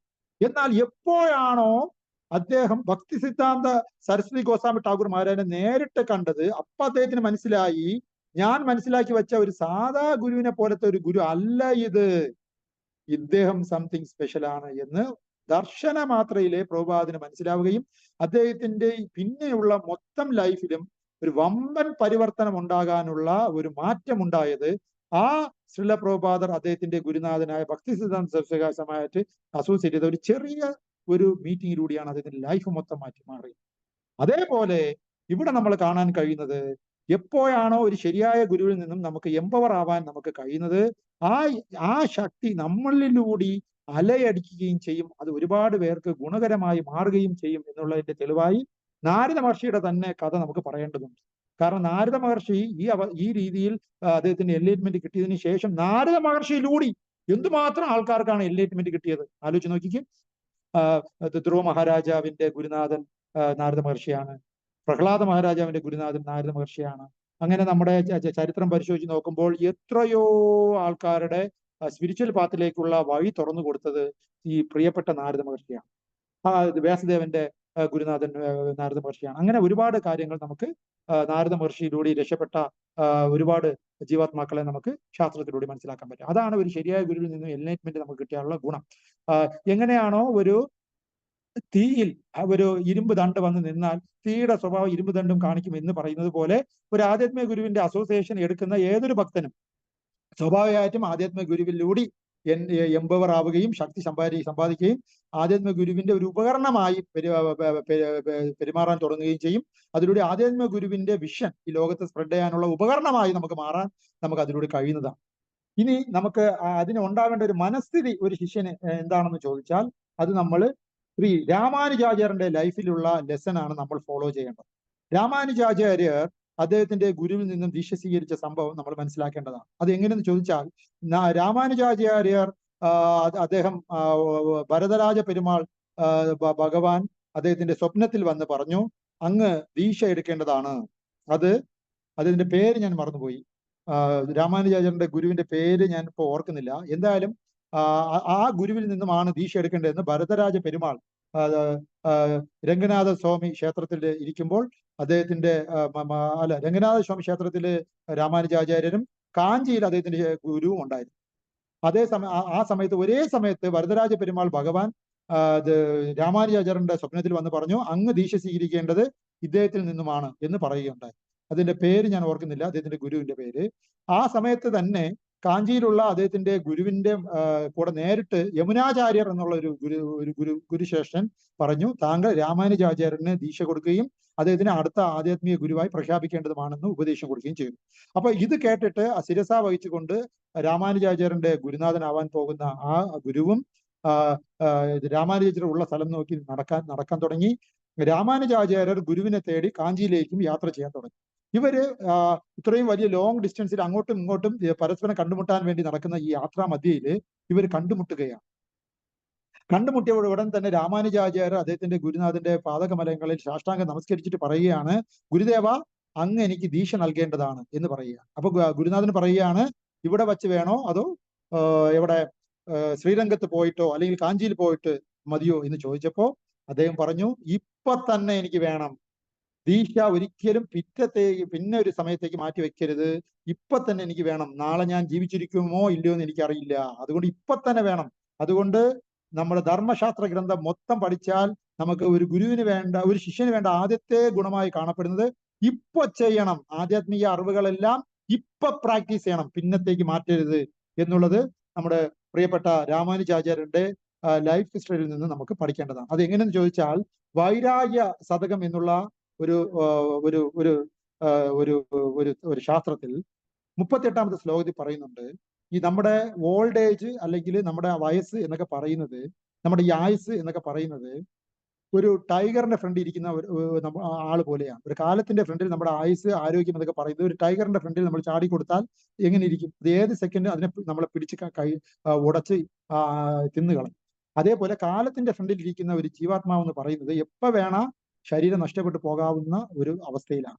അതുകൊണ്ട് നമ്മൾ നാളത്തേക്ക് വേണ്ടി ഒന്നും മാറ്റരുത്, നല്ല കാര്യങ്ങളെല്ലാം ഇന്ന് തന്നെ നമ്മൾ ചെയ്യണം, ഒരിക്കലും നാളത്തേക്ക് വേണ്ടി ഒന്നും മാറ്റരുത് എന്ന് നമുക്ക് അതിലൂടെ നമുക്ക് മനസ്സിലാക്കാൻ കഴിയും. അതേപോലെ as long as the body is free from disease, നമ്മുടെ ശരീരത്തിന് എപ്പോഴാണോ അസുഖമില്ലാതിരിക്കുന്നത് അപ്പോൾ മാത്രമേ നമുക്ക് ആധ്യാത്മിക കാര്യങ്ങൾ ചെയ്യാൻ നമുക്ക് പറ്റത്തുള്ളൂ. അതുകൊണ്ട് ഈ ശരീരം നമ്മുടെ കൂടെ സഹകരിക്കുന്ന സമയത്ത് നമ്മൾ മാക്സിമം ആധ്യാത്മിക കാര്യങ്ങളിലേക്ക് ഏർപ്പെട്ട് കൊള്ളണമെന്ന് വൈരാഗ്യ സംഹിത എന്നുള്ള സ്ഥലത്ത് ടെക്സ്റ്റ് 75 പറയുന്നു. അതേപോലെ ശ്രീമദ് ഭാഗവതം 3:22-35 പർപ്പട്ടില് ഒരു പ്രഭാത് ഒരു കാര്യം പറയുന്നുണ്ട്. എന്ന് വെച്ചാല് നമുക്ക് ഒരിക്കലും നമ്മുടെ ഈ സമയം വേസ്റ്റ് ആക്കി കളയരുത്. അത് ഞാനൊന്ന് വായിക്കാം, ഭക്തന്മാർ ശ്രദ്ധിക്കുക.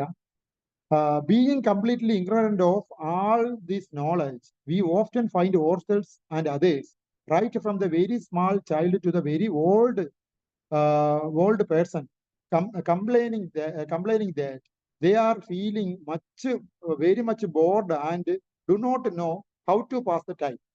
കൊച്ചു കുട്ടി മുതൽ വലിയ ആൾക്കാർ വരെ ഈ ഭൗതിക ലോകത്തിൽ പറയുന്ന കാര്യം എന്തെന്നാൽ, എനിക്ക് ഈ സമയം ബോറടിക്കുന്നു എന്ന് പറഞ്ഞ് പലരും കംപ്ലൈന്റ് പറയാതായിട്ട് കാണപ്പെടുന്നു. അത് കൊച്ചുകുട്ടിയും ബോറടിക്കുന്നു എന്ന് പറയാറുണ്ട്, വലിയ ആൾക്കാരും ബോറടിക്കുന്നു എന്ന് പറയാറുണ്ട്.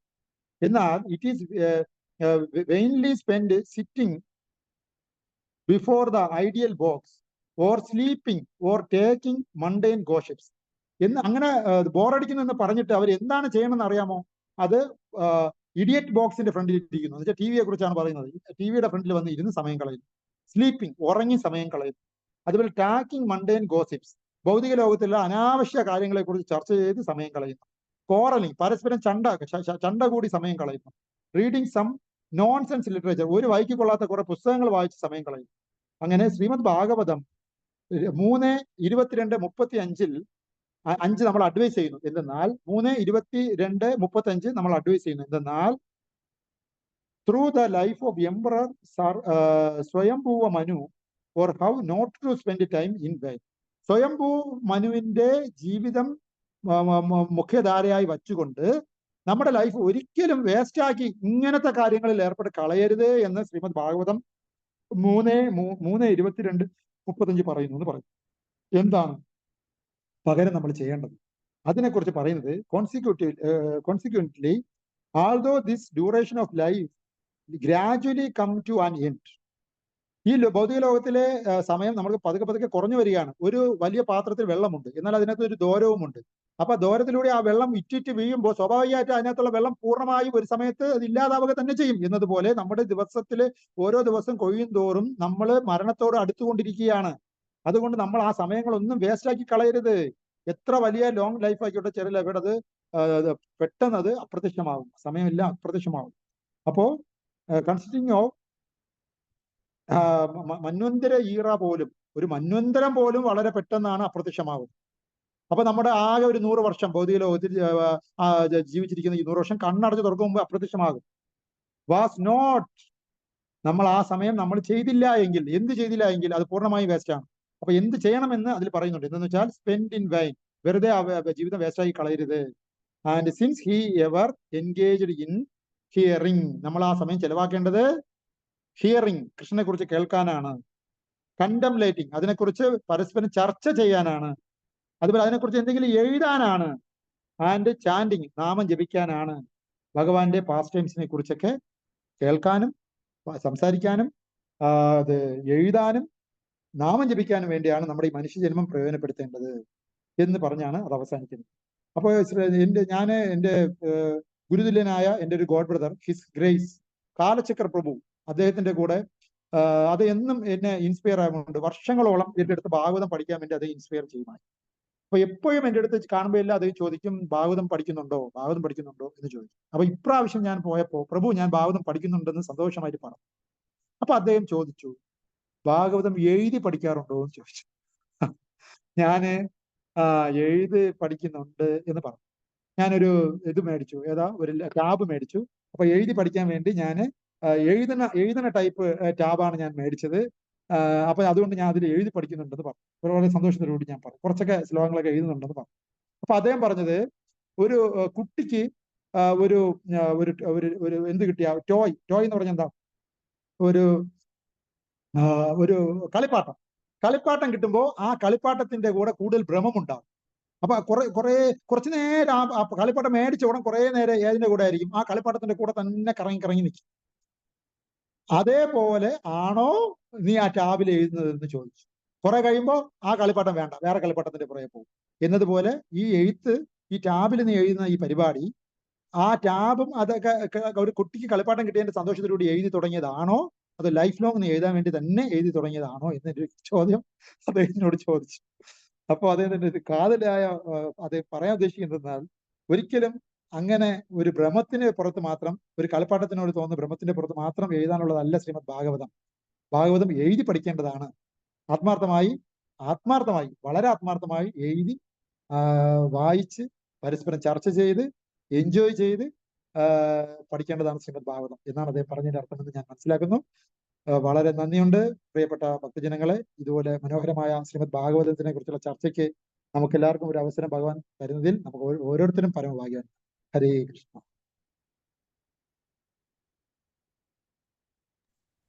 പ്രഭു വളരെ നന്നായിരുന്നു.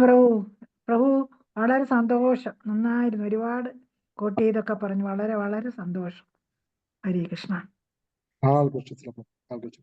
Thank you so much, Prabhu. Thank you so much, Prabhu. Hare Krishna, Prabhu. Dandot Pranam. Thank you so much, Prabhu. അമൃതമായിരുന്നു പ്രഭു. ഹരേ കൃഷ്ണ.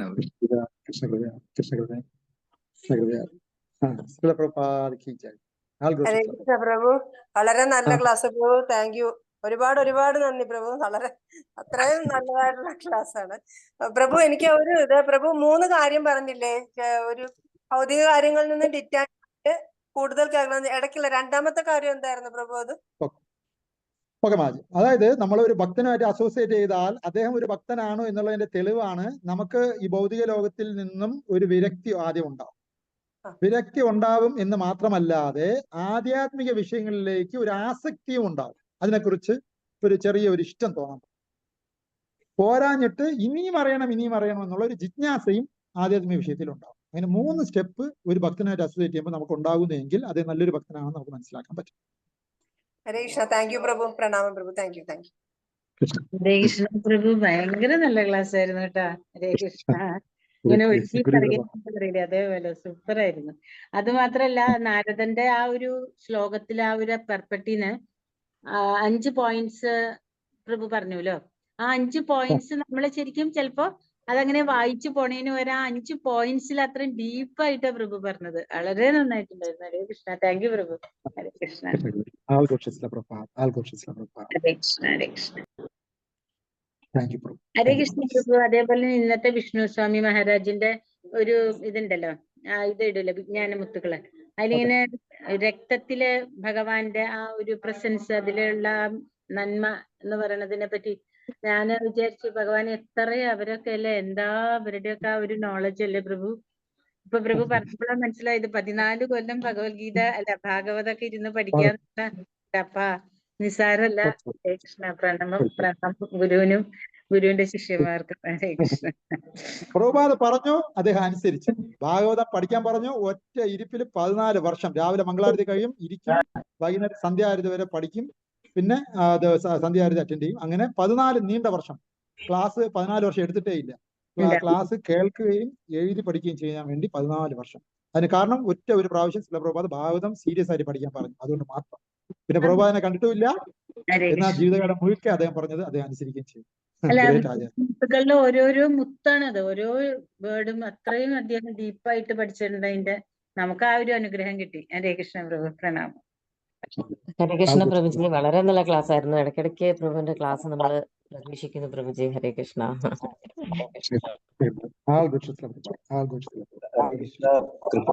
കഥാമൃത കൃഷ്ണ പ്രഭു. ഹരേ കൃഷ്ണ. സ്വാഗതം. ഹരേ കൃഷ്ണ പ്രഭു. ഞാൻ രഞ്ജന ഗൗര ഹരിദാസ്. വന്നാലും പ്രഭു. ഞാൻ എപ്പോഴും അമ്മക്ക് ഞാൻ അവസാനം 5 മിനിറ്റ്. ഹരേ കൃഷ്ണ. ഞാൻ ബ്രേക്ക്ഫാസ്റ്റ് ഓഫീസിൽ പോകാൻ വേണ്ടിയിട്ട് ഇരിക്കുമ്പോഴാണ് അമ്മ അത് കേൾക്കുന്നത് കണ്ട്. നന്നായിരുന്നു. ഞാൻ അവസാനം 2-3 മിനിറ്റ് കേട്ട്. വളരെ നല്ല ലെക്ചറാ പ്രഭു. പിന്നെ പ്രഭു, കൃഷ്ണ തുല്യ ഭാഗവതം എന്ന് നമ്മൾ ചൈതന്യ ചരിതാമൃതത്തിൽ പറയുന്നത്. കൃഷ്ണന്റെ തുല്യാണ് ഭാഗവതം. അല്ല അറിയാം, പത്മപുരാണത്തില് പാദങ്ങള് ആദ്യത്തെ സ്കന്ധം അങ്ങനെ വർണ്ണിച്ച് വരുന്നുണ്ട്. ആ ഭാഗവതം എല്ലാം വീട്ടില് എത്തിക്കേണ്ടത് നമ്മളുടെ പ്രസ്ഥാനത്തിന്റെ പ്രഭുപാദർ ഇത് വെച്ചിട്ടാണ് നമ്മുടെ പ്രസ്ഥാനം തുടങ്ങിയത്. ഈ ഒരു ബുക്ക് ചുമട്ട് തൊഴിലാളിയുടെ മരിയേറ്റി ആയിട്ട് സാധാരണമായിട്ട് ഹാർട്ട് അറ്റാക്ക് കഴിഞ്ഞാൽ ഞാൻ ഈ പ്രൊഫഷണൽ കൊണ്ട് അറിയാം, ഒരു അടി നടക്കാൻ പറ്റുക. 3 അറ്റാക്ക് വന്നിട്ട് പ്രയാസപ്പെട്ട് ഈ ബുക്ക് വിതരണം ചെയ്തിട്ടായി പ്രസ്ഥാനം തുടങ്ങിയത്. അപ്പോ നമ്മളെല്ലാരും പ്രഭു ഈ ബുക്ക് വിതരണം കൂടി അത് സ്പോൺസർഷിപ്പ് അല്ലാതെ നമ്മളെ ഓരോ വീട്ടിലേക്കും ഡോർ ടു ഡോർ പ്രചരിപ്പിക്കാനും കൂടി പ്രഭുവിന്റെ മാതിരി ആൾക്കാര് വിചാരിച്ചത് പറ്റും. പ്രഭുവിന് ഇത്ര വലിയ ഗ്രൂപ്പ് നമ്മൾ ശ്രീമദ് ഭാഗവതം നല്ല രീതിയിൽ എല്ലാ വീട് വിടാന്തരവും നമ്മൾ എത്തിക്കണം എന്നാണ് പ്രഭു റിക്വസ്റ്റ് ചെയ്യുന്നത്. ശരിയാണ്. ഈ ശരിയായ ഒരു കാരുണ്യമുള്ള വ്യക്തികൾ അത് ചെയ്യുക തന്നെ വേണം. ചെയ്യാമോ പ്രഭു? നമുക്ക് മാക്സിമം നമ്പർ ഇല്ല, അതിൽ നിന്ന് എടുക്കാം. ഓക്കെ, ശരി പ്രഭു. എന്റെ നമ്പറിൽ ഒന്ന് പിന്നെ വിളിക്കാൻ പറ്റിയാ നന്നായിരുന്നു. എന്റെ അല്ലെങ്കിൽ പ്രഭുവിന്റെ നമ്പർ ഞാൻ പിന്നെ എടുത്തോണ്ട് ആരെയും എടുക്കാം. പ്രഭുവിന്റെ നമ്പർ പറഞ്ഞാലോ? പ്രഭുവിന്റെ നമ്പർ പറഞ്ഞാലോ? പ്രഭുവിന്റെ നമ്പർ പറഞ്ഞോളൂ. 9446 9446 9196. ഞാൻ വിളിക്കാം. എന്റെ നമ്പർ പ്രഭുവിന്റെ നമ്പർ. നന്ദി പ്രഭു. Thank U. പ്രിയപ്പെട്ട ഭക്തജനങ്ങളെ, നമുക്ക് ഇന്നത്തേക്ക് നമുക്ക് തൽക്കാലം മതിയാക്കാം. ഭഗവാൻ അനുഗ്രഹിച്ച് നമുക്ക് പ്രഭു പറഞ്ഞ ഭാഗവതം ഏതാ? 3:22. ഓക്കെ പ്രഭു. ഓക്കെ, ശ്ലോക നമ്പർ അല്ലേ? ഒരു മിനിറ്റ് നോക്കട്ടെ. 3:22 അത് കഴിഞ്ഞ് പറഞ്ഞ് വിട്ടുപോയി. പ്രഭു 3:22:35.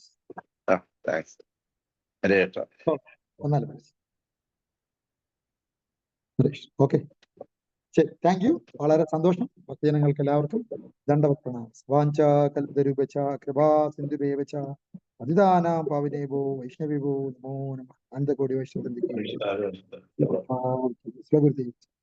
പ്രഭു. ദണ്ഡവത് പ്രണാമം.